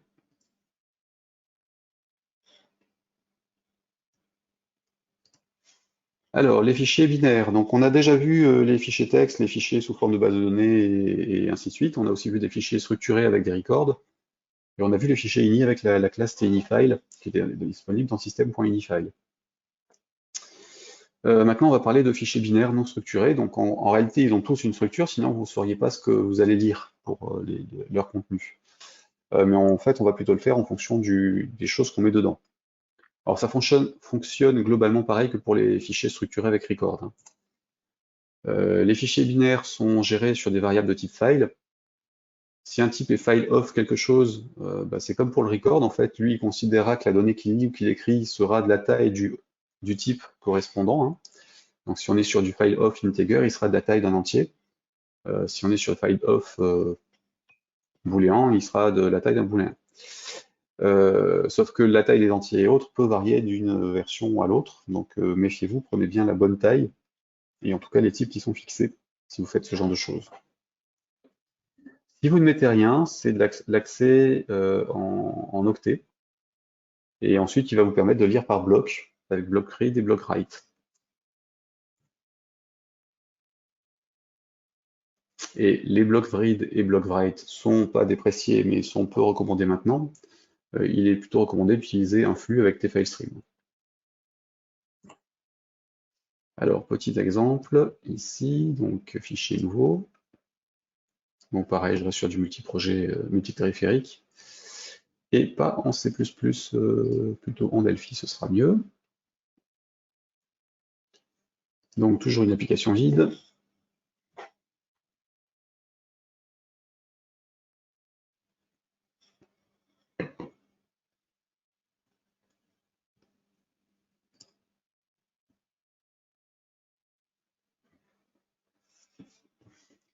Ça c'est bon, donc j'ai créé un bouton classique hein, pour avoir du code accessible.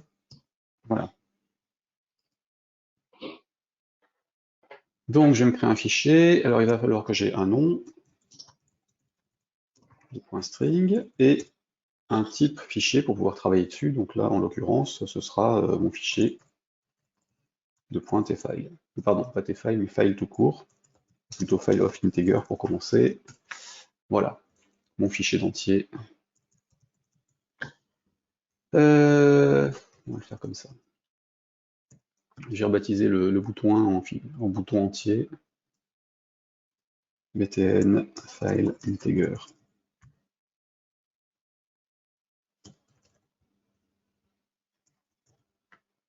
Comme ça, on va le faire avec plusieurs. Donc là, je travaille sur des entiers. Mon nom de fichier, c'est donc un tpass.combine de tpass.getDocuments pass, virgule, entier.date, par exemple. Date, document. Ah oui, ne pas oublier de rajouter l'unité. Donc système.io-utile. Alors là, je fais en uses dans l'implémentation, puisque le concepteur de fiche n'a aucune raison d'y accéder. Donc il n'y a pas de raison que je le mette dans l'interface. Alors, donc j'ai mon nom de fichier. Maintenant, je vais créer mon fichier lui-même. Donc c'est non-fichier. Pardon. Autant pour moi, je me trompe. Donc c'est assign file non fichier virgule mon fichier virgule non fichier. À quoi se tromper? Voilà, point virgule. Une fois que j'ai associé mon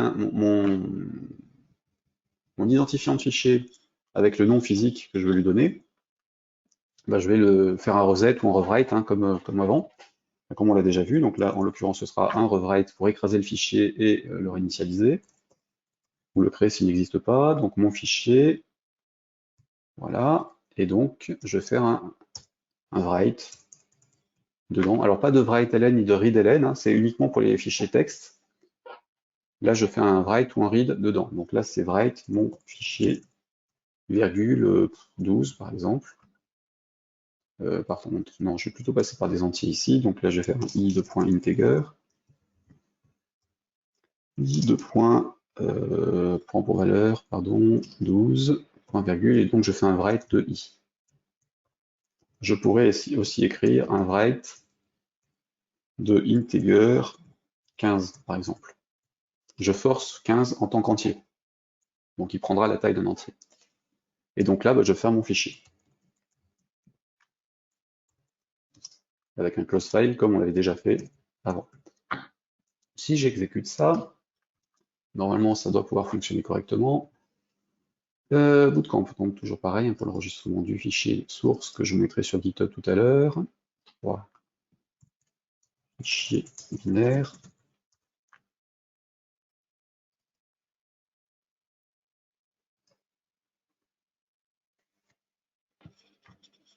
Ok.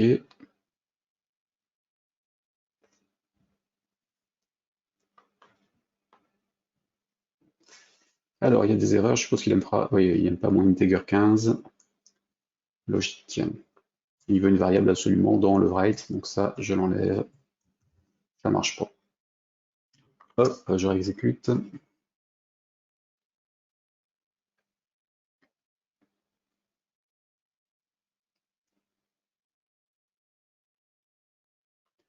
Donc je clique sur mon bouton, il devrait m'avoir créé un fichier sur le disque dur dans mes documents qui s'appellerait entier.txt. Pas .date, pardon. J'ai dit mes documents, c'est là. Et donc j'ai un fichier entier date qui date de maintenant. Et si je l'ouvre dans le notepad, bah, j'ai une valeur binaire, FF et nul.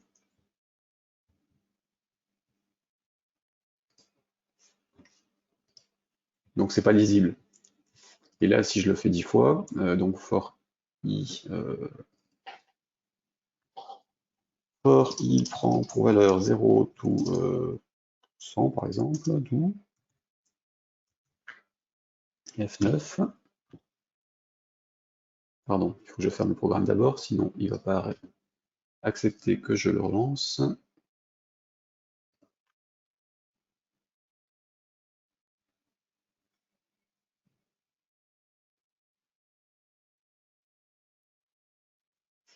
Je reclique sur mon bouton, donc mon fichier a été écrasé, je peux refermer le programme. Je peux faire un close ici directement. Donc mon fichier ici, il est désormais de toujours 1 kilooctet parce que c'est la taille de base sur le système. Et en pratique, il fait 404 octets. Donc j'ai mis 101 éléments dedans, parce que de 0 à 100, 0 comptant aussi comme le 100. Donc on va dire qu'un entier, c'est 4 octets. Ça tombe bien, c'est bien ça. Et donc si j'ouvre ce fichier-là, dans le notepad, pareil, j'ai des trucs illisibles. Parce que lui, il ne peut pas interpréter le contenu. Puisque c'est du binaire. Donc je suis censé avoir 100 entiers dans mon truc. Alors j'ai rajouté un deuxième bouton.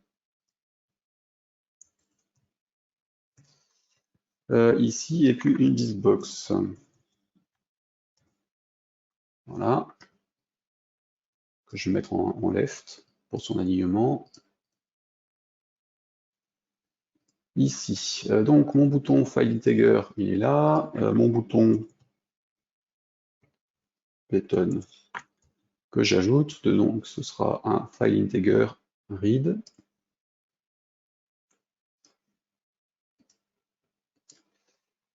Il est où? Ici, pour le name. Donc btn File Integer read. Je vais peut-être un peu les élargir qu'on les voit.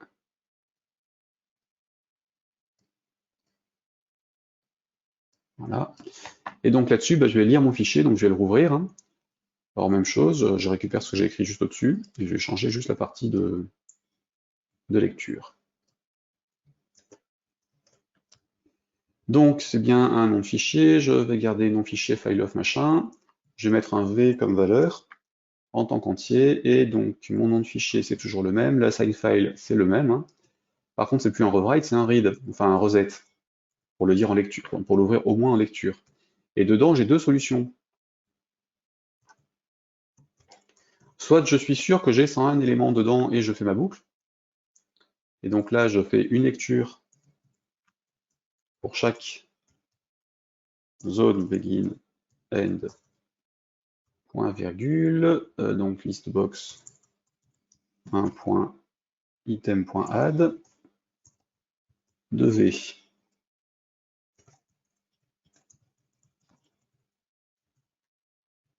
Je vais peut-être virer ça qui ne sert plus. Soit j'écris ça comme ça, en considérant que j'ai 100 éléments et donc ma liste elle devrait être bien remplie avec les éléments. Je commence par la vider d'ailleurs. Listbox 1.items.clear. Voilà.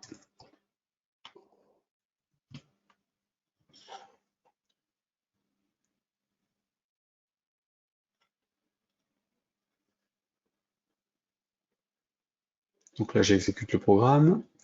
Le premier est censé me créer le fichier qui existe déjà, et le deuxième est censé me le lire. Donc j'ai bien mes éléments de 0 à 100. Sauf que là, je pars du principe que j'ai vraiment de 0 à 100 éléments. Si soudainement, dans ma création de fichier, j'en fais plus que 80,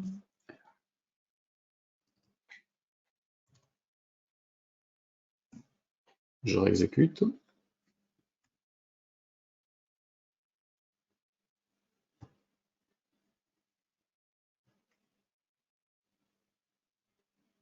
Donc là, je recrée un fichier avec 81 éléments, donc de 0 à 80, et je lis les 100.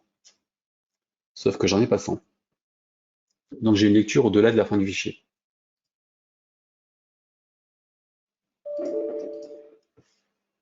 Mais il m'aura bien affiché les 80 éléments précédents. Par contre, il déclenche une exception, donc il sort de la boucle de lecture. Et de la procédure qui traite la boucle de lecture, donc on est censé faire un try except dedans, pour être tranquille. Ou alors, plutôt que d'écrire ça qui peut planter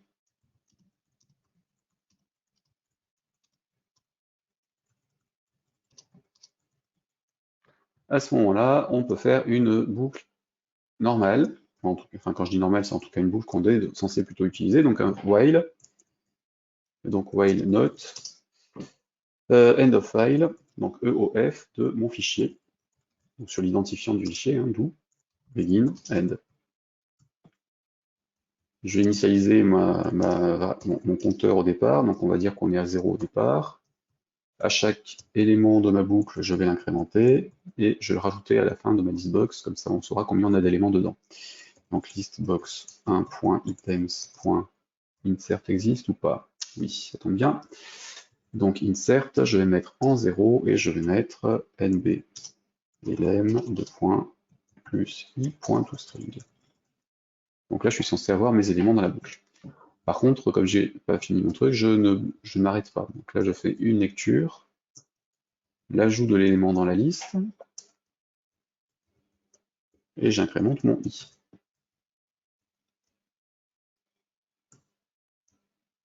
Donc la lecture, c'est la même, hein. Je lis un élément que je stocke dans un entier, parce que je sais que j'ai stocké des entiers dans ce fichier-là.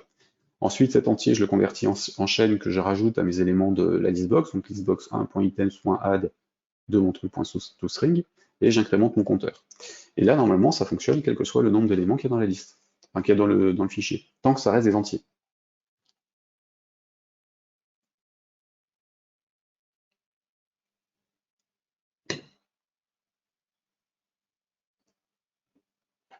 J'ai cliqué dans le deuxième bouton, j'ai bien 81 éléments dans mon fichier. Donc utilisez plutôt une boucle comme ça qu'une boucle for quand vous n'êtes pas sûr de votre coup. Sinon, à l'intérieur de la boucle for, faites un if not end of, enfin if end of file then exit, ou plutôt break, pour sortir au cas où vous dépassez. Donc voilà pour la lecture des fichiers binaires avec des entiers, et on va continuer, on va en faire un deuxième. Donc je vais faire un autre bouton.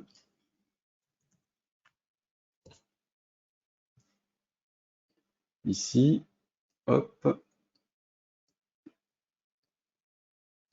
juste pour vous montrer un truc marrant. C'est du binaire, donc ce sont des octets. Si je lis quelque chose d'une autre taille, ça va me l'afficher. File, cardinal, read. Je vais prendre ce que j'ai dans mon file integer read.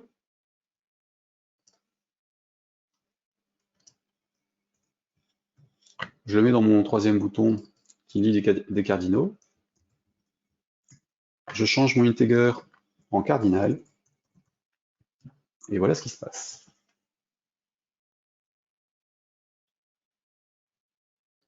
Déjà, il ne veut pas parce qu'il y a des erreurs.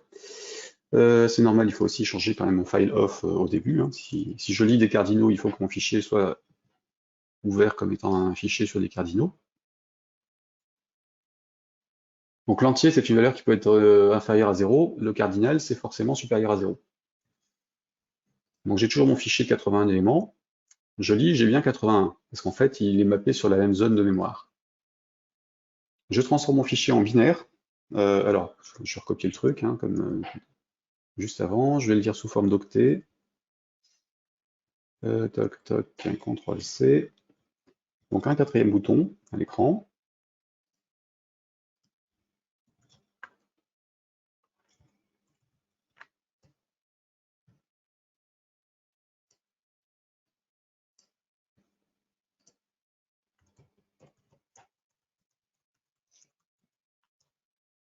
Donc les octets, bah, l'avantage c'est que c'est sur un seul octet. Donc là en l'occurrence un entier c'est 4 octets. Hop, je colle ça, je vais donc sur des bytes au lieu du cardinal ici, et je vais modifier ma boucle de remplissage du fichier. On va peut-être virer ça. Non, on laisse. Ma boucle de remplissage du fichier, donc c'était sur le premier bouton. Integer, on va prendre des valeurs aléatoires. Donc ici, donc on va dire i-40. Donc ça va de 40 de moins 40 à 40 normalement, si je ne me trompe pas. Ou plutôt de 40 à 41. Donc ça c'est bon. Alors i-40 non. Évidemment, il faut une variable directement. Donc je vais de point integer. D'ailleurs, i ici, ce sera un entier quoi qu'il arrive. Sur les deux autres boutons aussi, c'est pas la peine que je mette en cardinal sur les autres. I de point integer v cardinal et l'autre integer v byte. CTRL D. Je reviens donc sur ma création de fichier ici. Je crée des éléments, donc là, ici, begin, end.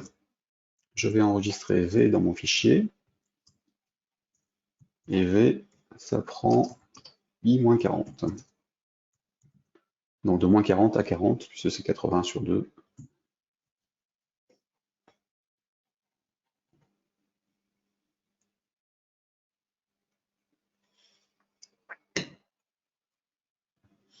Alors, je crée mon fichier en cliquant sur le premier bouton, je le lis en tant qu'entier. Normalement, j'ai toujours 81 éléments qui vont de moins 40 à 40. Je le lis sous forme de cardinal. J'ai des valeurs aberrantes et ensuite je vais jusqu'à 40, mais j'ai toujours 81 éléments, puisqu'un cardinal, ça correspond à un entier en termes de taille, en mémoire. Et là, en l'occurrence, les valeurs négatives, c'est des valeurs à partir du 4 milliards quelque chose. Et pour finir, je vais lire sous forme de bytes, donc j'en ai plus 81, mais 4 fois 81, puisque un entier correspond à 4 octets. Donc 8 et 8, 16, 16, 32, donc 324 éléments, voilà, c'est bien ce qui m'affiche à l'écran. Sauf que vous le voyez, il y a beaucoup de zéros et d'autres choses, parce qu'en fait, un entier est découpé en 4 éléments, et donc là on a les différents composants de l'entier. 0 c'est 0, 0, 0, 0, ensuite 1 c'est 0, 0, 0, 1, et ainsi de suite. Ou plutôt 1, 0, 0, 0, puisque c'est à l'envers. Donc suivant comment vous écrivez, vous lisez dans un fichier binaire, attention, vous n'aurez pas les bons résultats. Et si vous utilisez un fichier de type file tout court, au niveau du write ou du reset, il faut spécifier la taille des informations que vous stockez dedans. Donc là, je vais vous montrer sur la doc. Donc si vous ne mettez pas de type sur file, il y a un paramètre xsize sur rewrite, append et reset qui permet de dire quelle est la zone, enfin, la taille de la zone mémoire que vous voulez stocker. Et à vous de la découper. Et donc derrière, vous utilisez block read et block write. Voilà, ceci clôture tout ce que je voulais dire concernant les fichiers, en tout cas d'une manière générale, tout ce qui fonctionne sur les fichiers en Pascal, avec les méthodes anciennes et puis les nouvelles. Donc là, en l'occurrence, sur un fichier comme ça, vous pourriez aussi le lire avec un tfile, un point read all bytes, et puis interpréter les bytes en question, ou utiliser un stream avec un tfile stream que vous interpréteriez 4 caractères par 4 caractères, enfin 4 octets par 4 octets. Alors, des questions. Comment gérer les erreurs try ou i-, i+. Alors, le i-, i+, c'est pour forcer à avoir les codes retour, enfin les codes d'erreur à la main.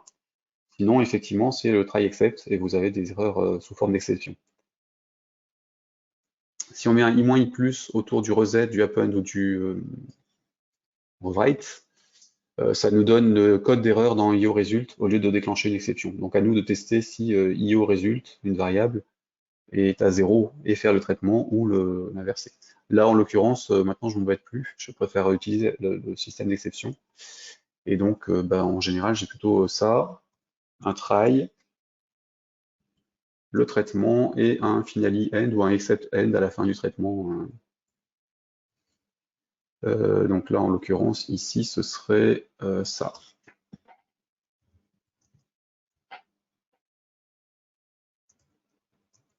Except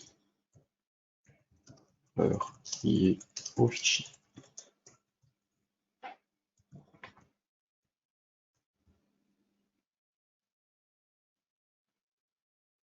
Enfin, erreur tout court. Et là, par contre, hop, on va mettre un try et ça.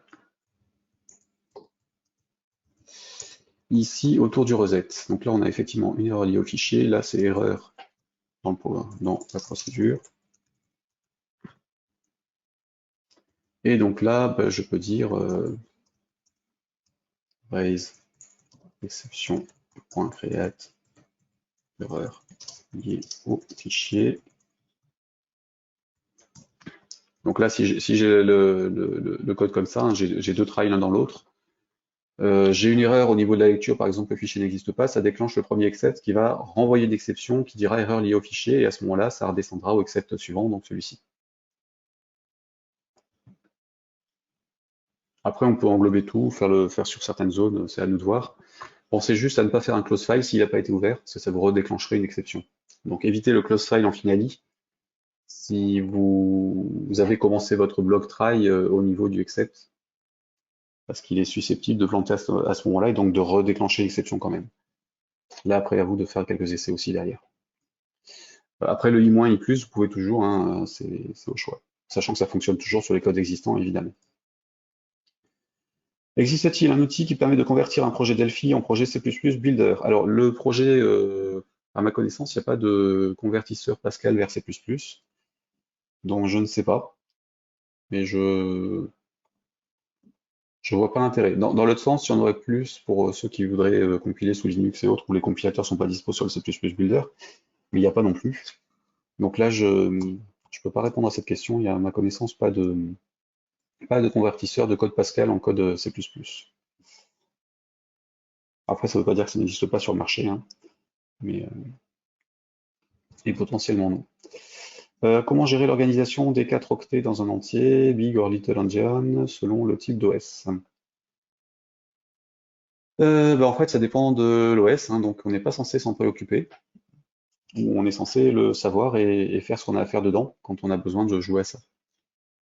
Le plus sûr étant de toute façon de tout charger en mémoire avec le format de stockage, enfin, en connaissant le format de stockage qu'on a utilisé, et puis ensuite de travailler sur nos fichiers derrière ou sur les zones en mémoire quand on sait sur quel OS on est. Donc en testant le compilateur, donc avec des ifdef ou ifdefined de MS Windows, Android et ainsi de suite. Un petit exemple avec le tFileStream. Je peux. Alors on va rajouter un petit exemple ici, F12. Un bouton en plus. Sachant que vous avez toujours la doc de Delphi avec les exemples dedans, hein. Faut surtout pas hésiter à se reporter dessus. Hop. btn file stream.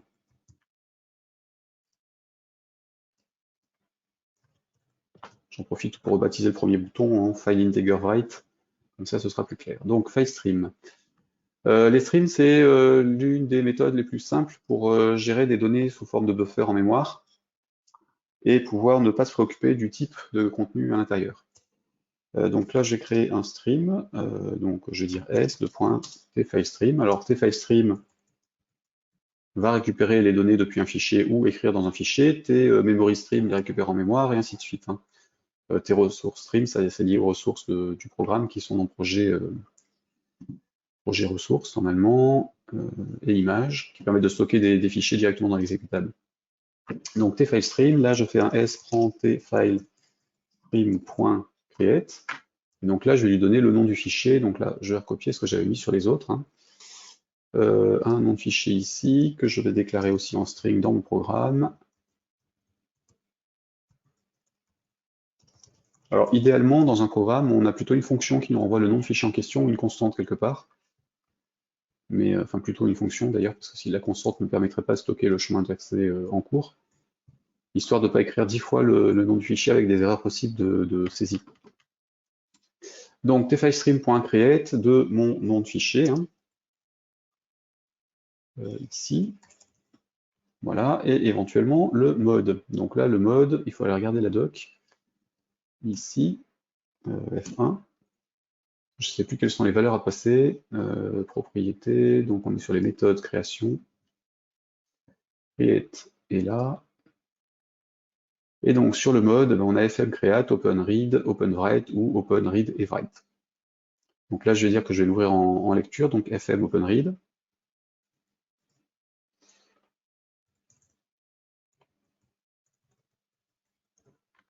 Voilà. Ensuite, je vais continuer à remplir ma liste. Donc là, j'ai try s.free. Donc j'alloue de la mémoire, je la libère à la fin, hein. Et ensuite, on se positionne dedans, donc s.position en 0 et s.read Alors, par exemple, read buffer et count. Donc là, on va faire ça. Je vais déclarer une variable v de point. On va se le faire en cardinal, histoire de rigoler. Oh, integer, c'est mieux.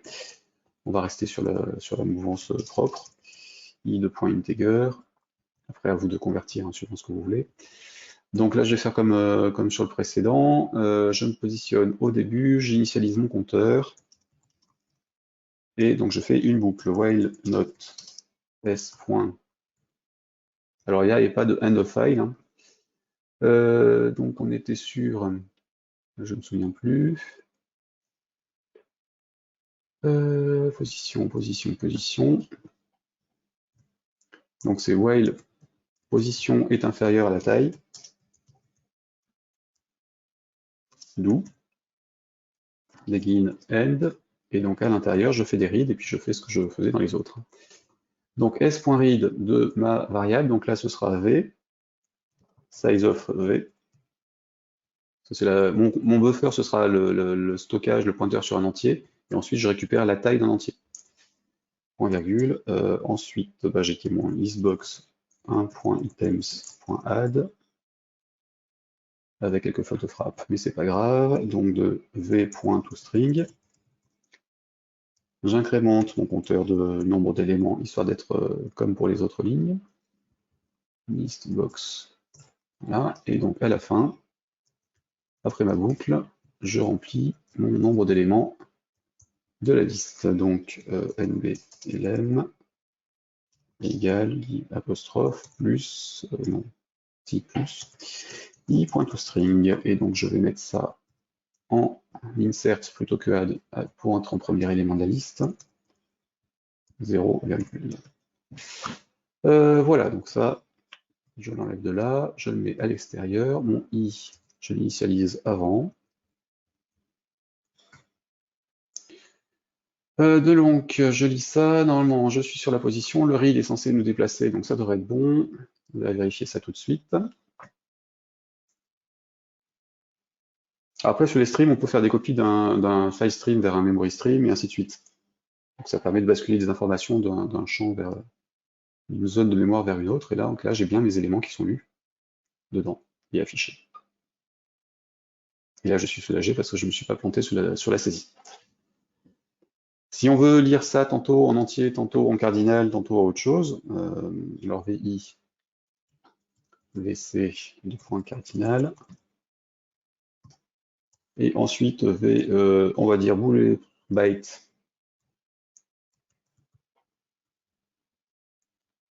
Alors, mon V tout court, ça se transforme en VI. Je vais faire la même chose avec les deux autres. Et je vais me rajouter un petit case. Random. J'ai trois types différents. Off, 2, 2 points. 1, 2 points. Et else.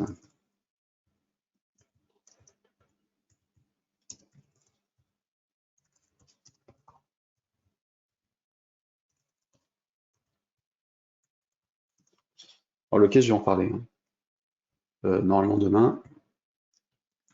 Ici. Donc là, je vais dire que je vais le faire sur le 2, je vais faire ça. Sur le 1, je vais faire ça. Et sur le else, je vais faire ça. Donc je vais lire tantôt en entier, tantôt en cardinal, tantôt en byte.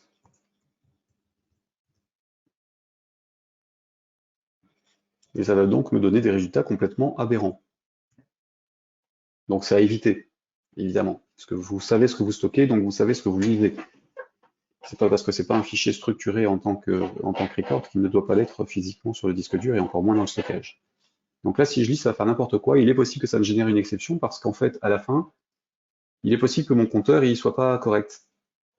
En lisant des bytes, je tombe pas sur un compte rond pour le reste. Mais en tout cas, ça me donne quelque chose et j'ai bien un nombre d'éléments dedans qui devrait changer d'un lancement à l'autre. Donc là, je suis à 104, 170, 117. Le coup suivant, 109, parce qu'en fait, je lis pas toujours les mêmes éléments dans le même ordre. Donc forcément, le nombre d'éléments que je trouve à la fin n'est pas cohérent. Mais en tout cas, c'est comme ça que vous pouvez lire des éléments d'une liste. Et pareil pour écrire, hein, c'est un write avec le buffer et la taille du buffer. Alors, autre question. Rien à voir avec le cours actuel. J'aimerais changer un projet Delphi dans C++ Builder. Voilà, voici ce qui se passe. Requise n'est pas disponible, où est le problème? Oui, alors si vous avez que la licence C++ Builder, c'est normal qu'ils vous disent que Delphi n'est pas dispo. En fait, il ne pourra pas ouvrir un fichier Delphi dans C++ Builder sans la licence Delphi. Et là, en l'occurrence, sur la Community Edition, c'est soit de Delphi, soit de C++ Builder. Vous n'avez pas les deux possibles sur la même machine à version identique. Par contre, si vous avez une Community Edition en 10.2 pour l'un ou l'autre, vous pouvez utiliser la Community Edition de la 10.3 sur l'un ou l'autre. Mais sachant que les licences Community Edition sont d'un an, de toute façon, vous êtes censé être toujours sur la dernière version, donc choisir soit de Delphi, soit de C++ Builder sur la Community. Sinon, il vous faudra de Studio, et donc c'est uniquement sur les versions payantes, donc en pro, entreprise ou architecte, selon le niveau. Voilà. Sachant quand même une chose, c'est que si vous avez RStudio, vous pouvez mélanger des sources C++ et Pascal dans des projets, dans vos projets. Puisqu'ayant les deux compilateurs, il arrive à se dépatouiller, à faire les liens entre eux, à condition d'avoir déclaré correctement les différentes unités dans chaque. Voilà pour ça. Donc, je vais fermer le projet.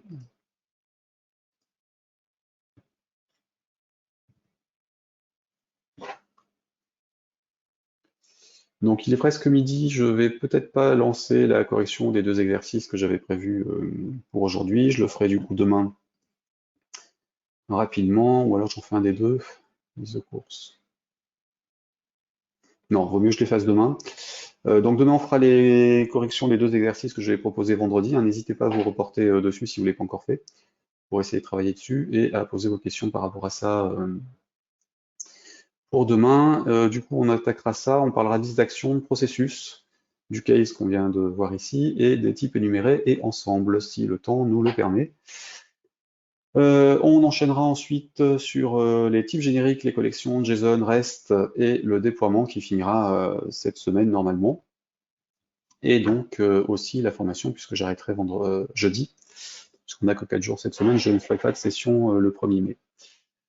Enfin, j'aurais pu, mais a priori il y aura beaucoup moins de monde, puisque les télétravailleurs sont censés être en week-end aussi, donc je ne vais pas leur imposer un jour de suivi obligatoire. Donc normalement on devrait finir jeudi avec les déploiements de projets depuis Delphi en FireMonkey. Voilà, du coup, si vous avez des questions sur tout ça, n'hésitez pas à me les reposer, à les noter, puis me les poser demain. Avancez sur les exercices si vous ne l'avez pas fait, comme ça on les fera ensemble demain pour la correction. Et on va en rester là pour aujourd'hui. Sauf si vous avez droit à une question bonus complémentaire. Sinon, de toute façon, vous aurez la rediffusion de cette session et les précédentes sur vassure.fr/Delphi Bootcamp, donc celle d'aujourd'hui sans doute dans la journée ou demain. Et si vous voulez en discuter sur les réseaux sociaux, n'hésitez pas à utiliser le hashtag Delphi Bootcamp ou Delphi tout court, sachant que je vais surtout regarder Delphi Bootcamp pour voir s'il y a des messages. Ceci étant dit, exceptionnellement, je vous quitte à 11h59, vous souhaite une bonne fin de journée et vous dis à demain.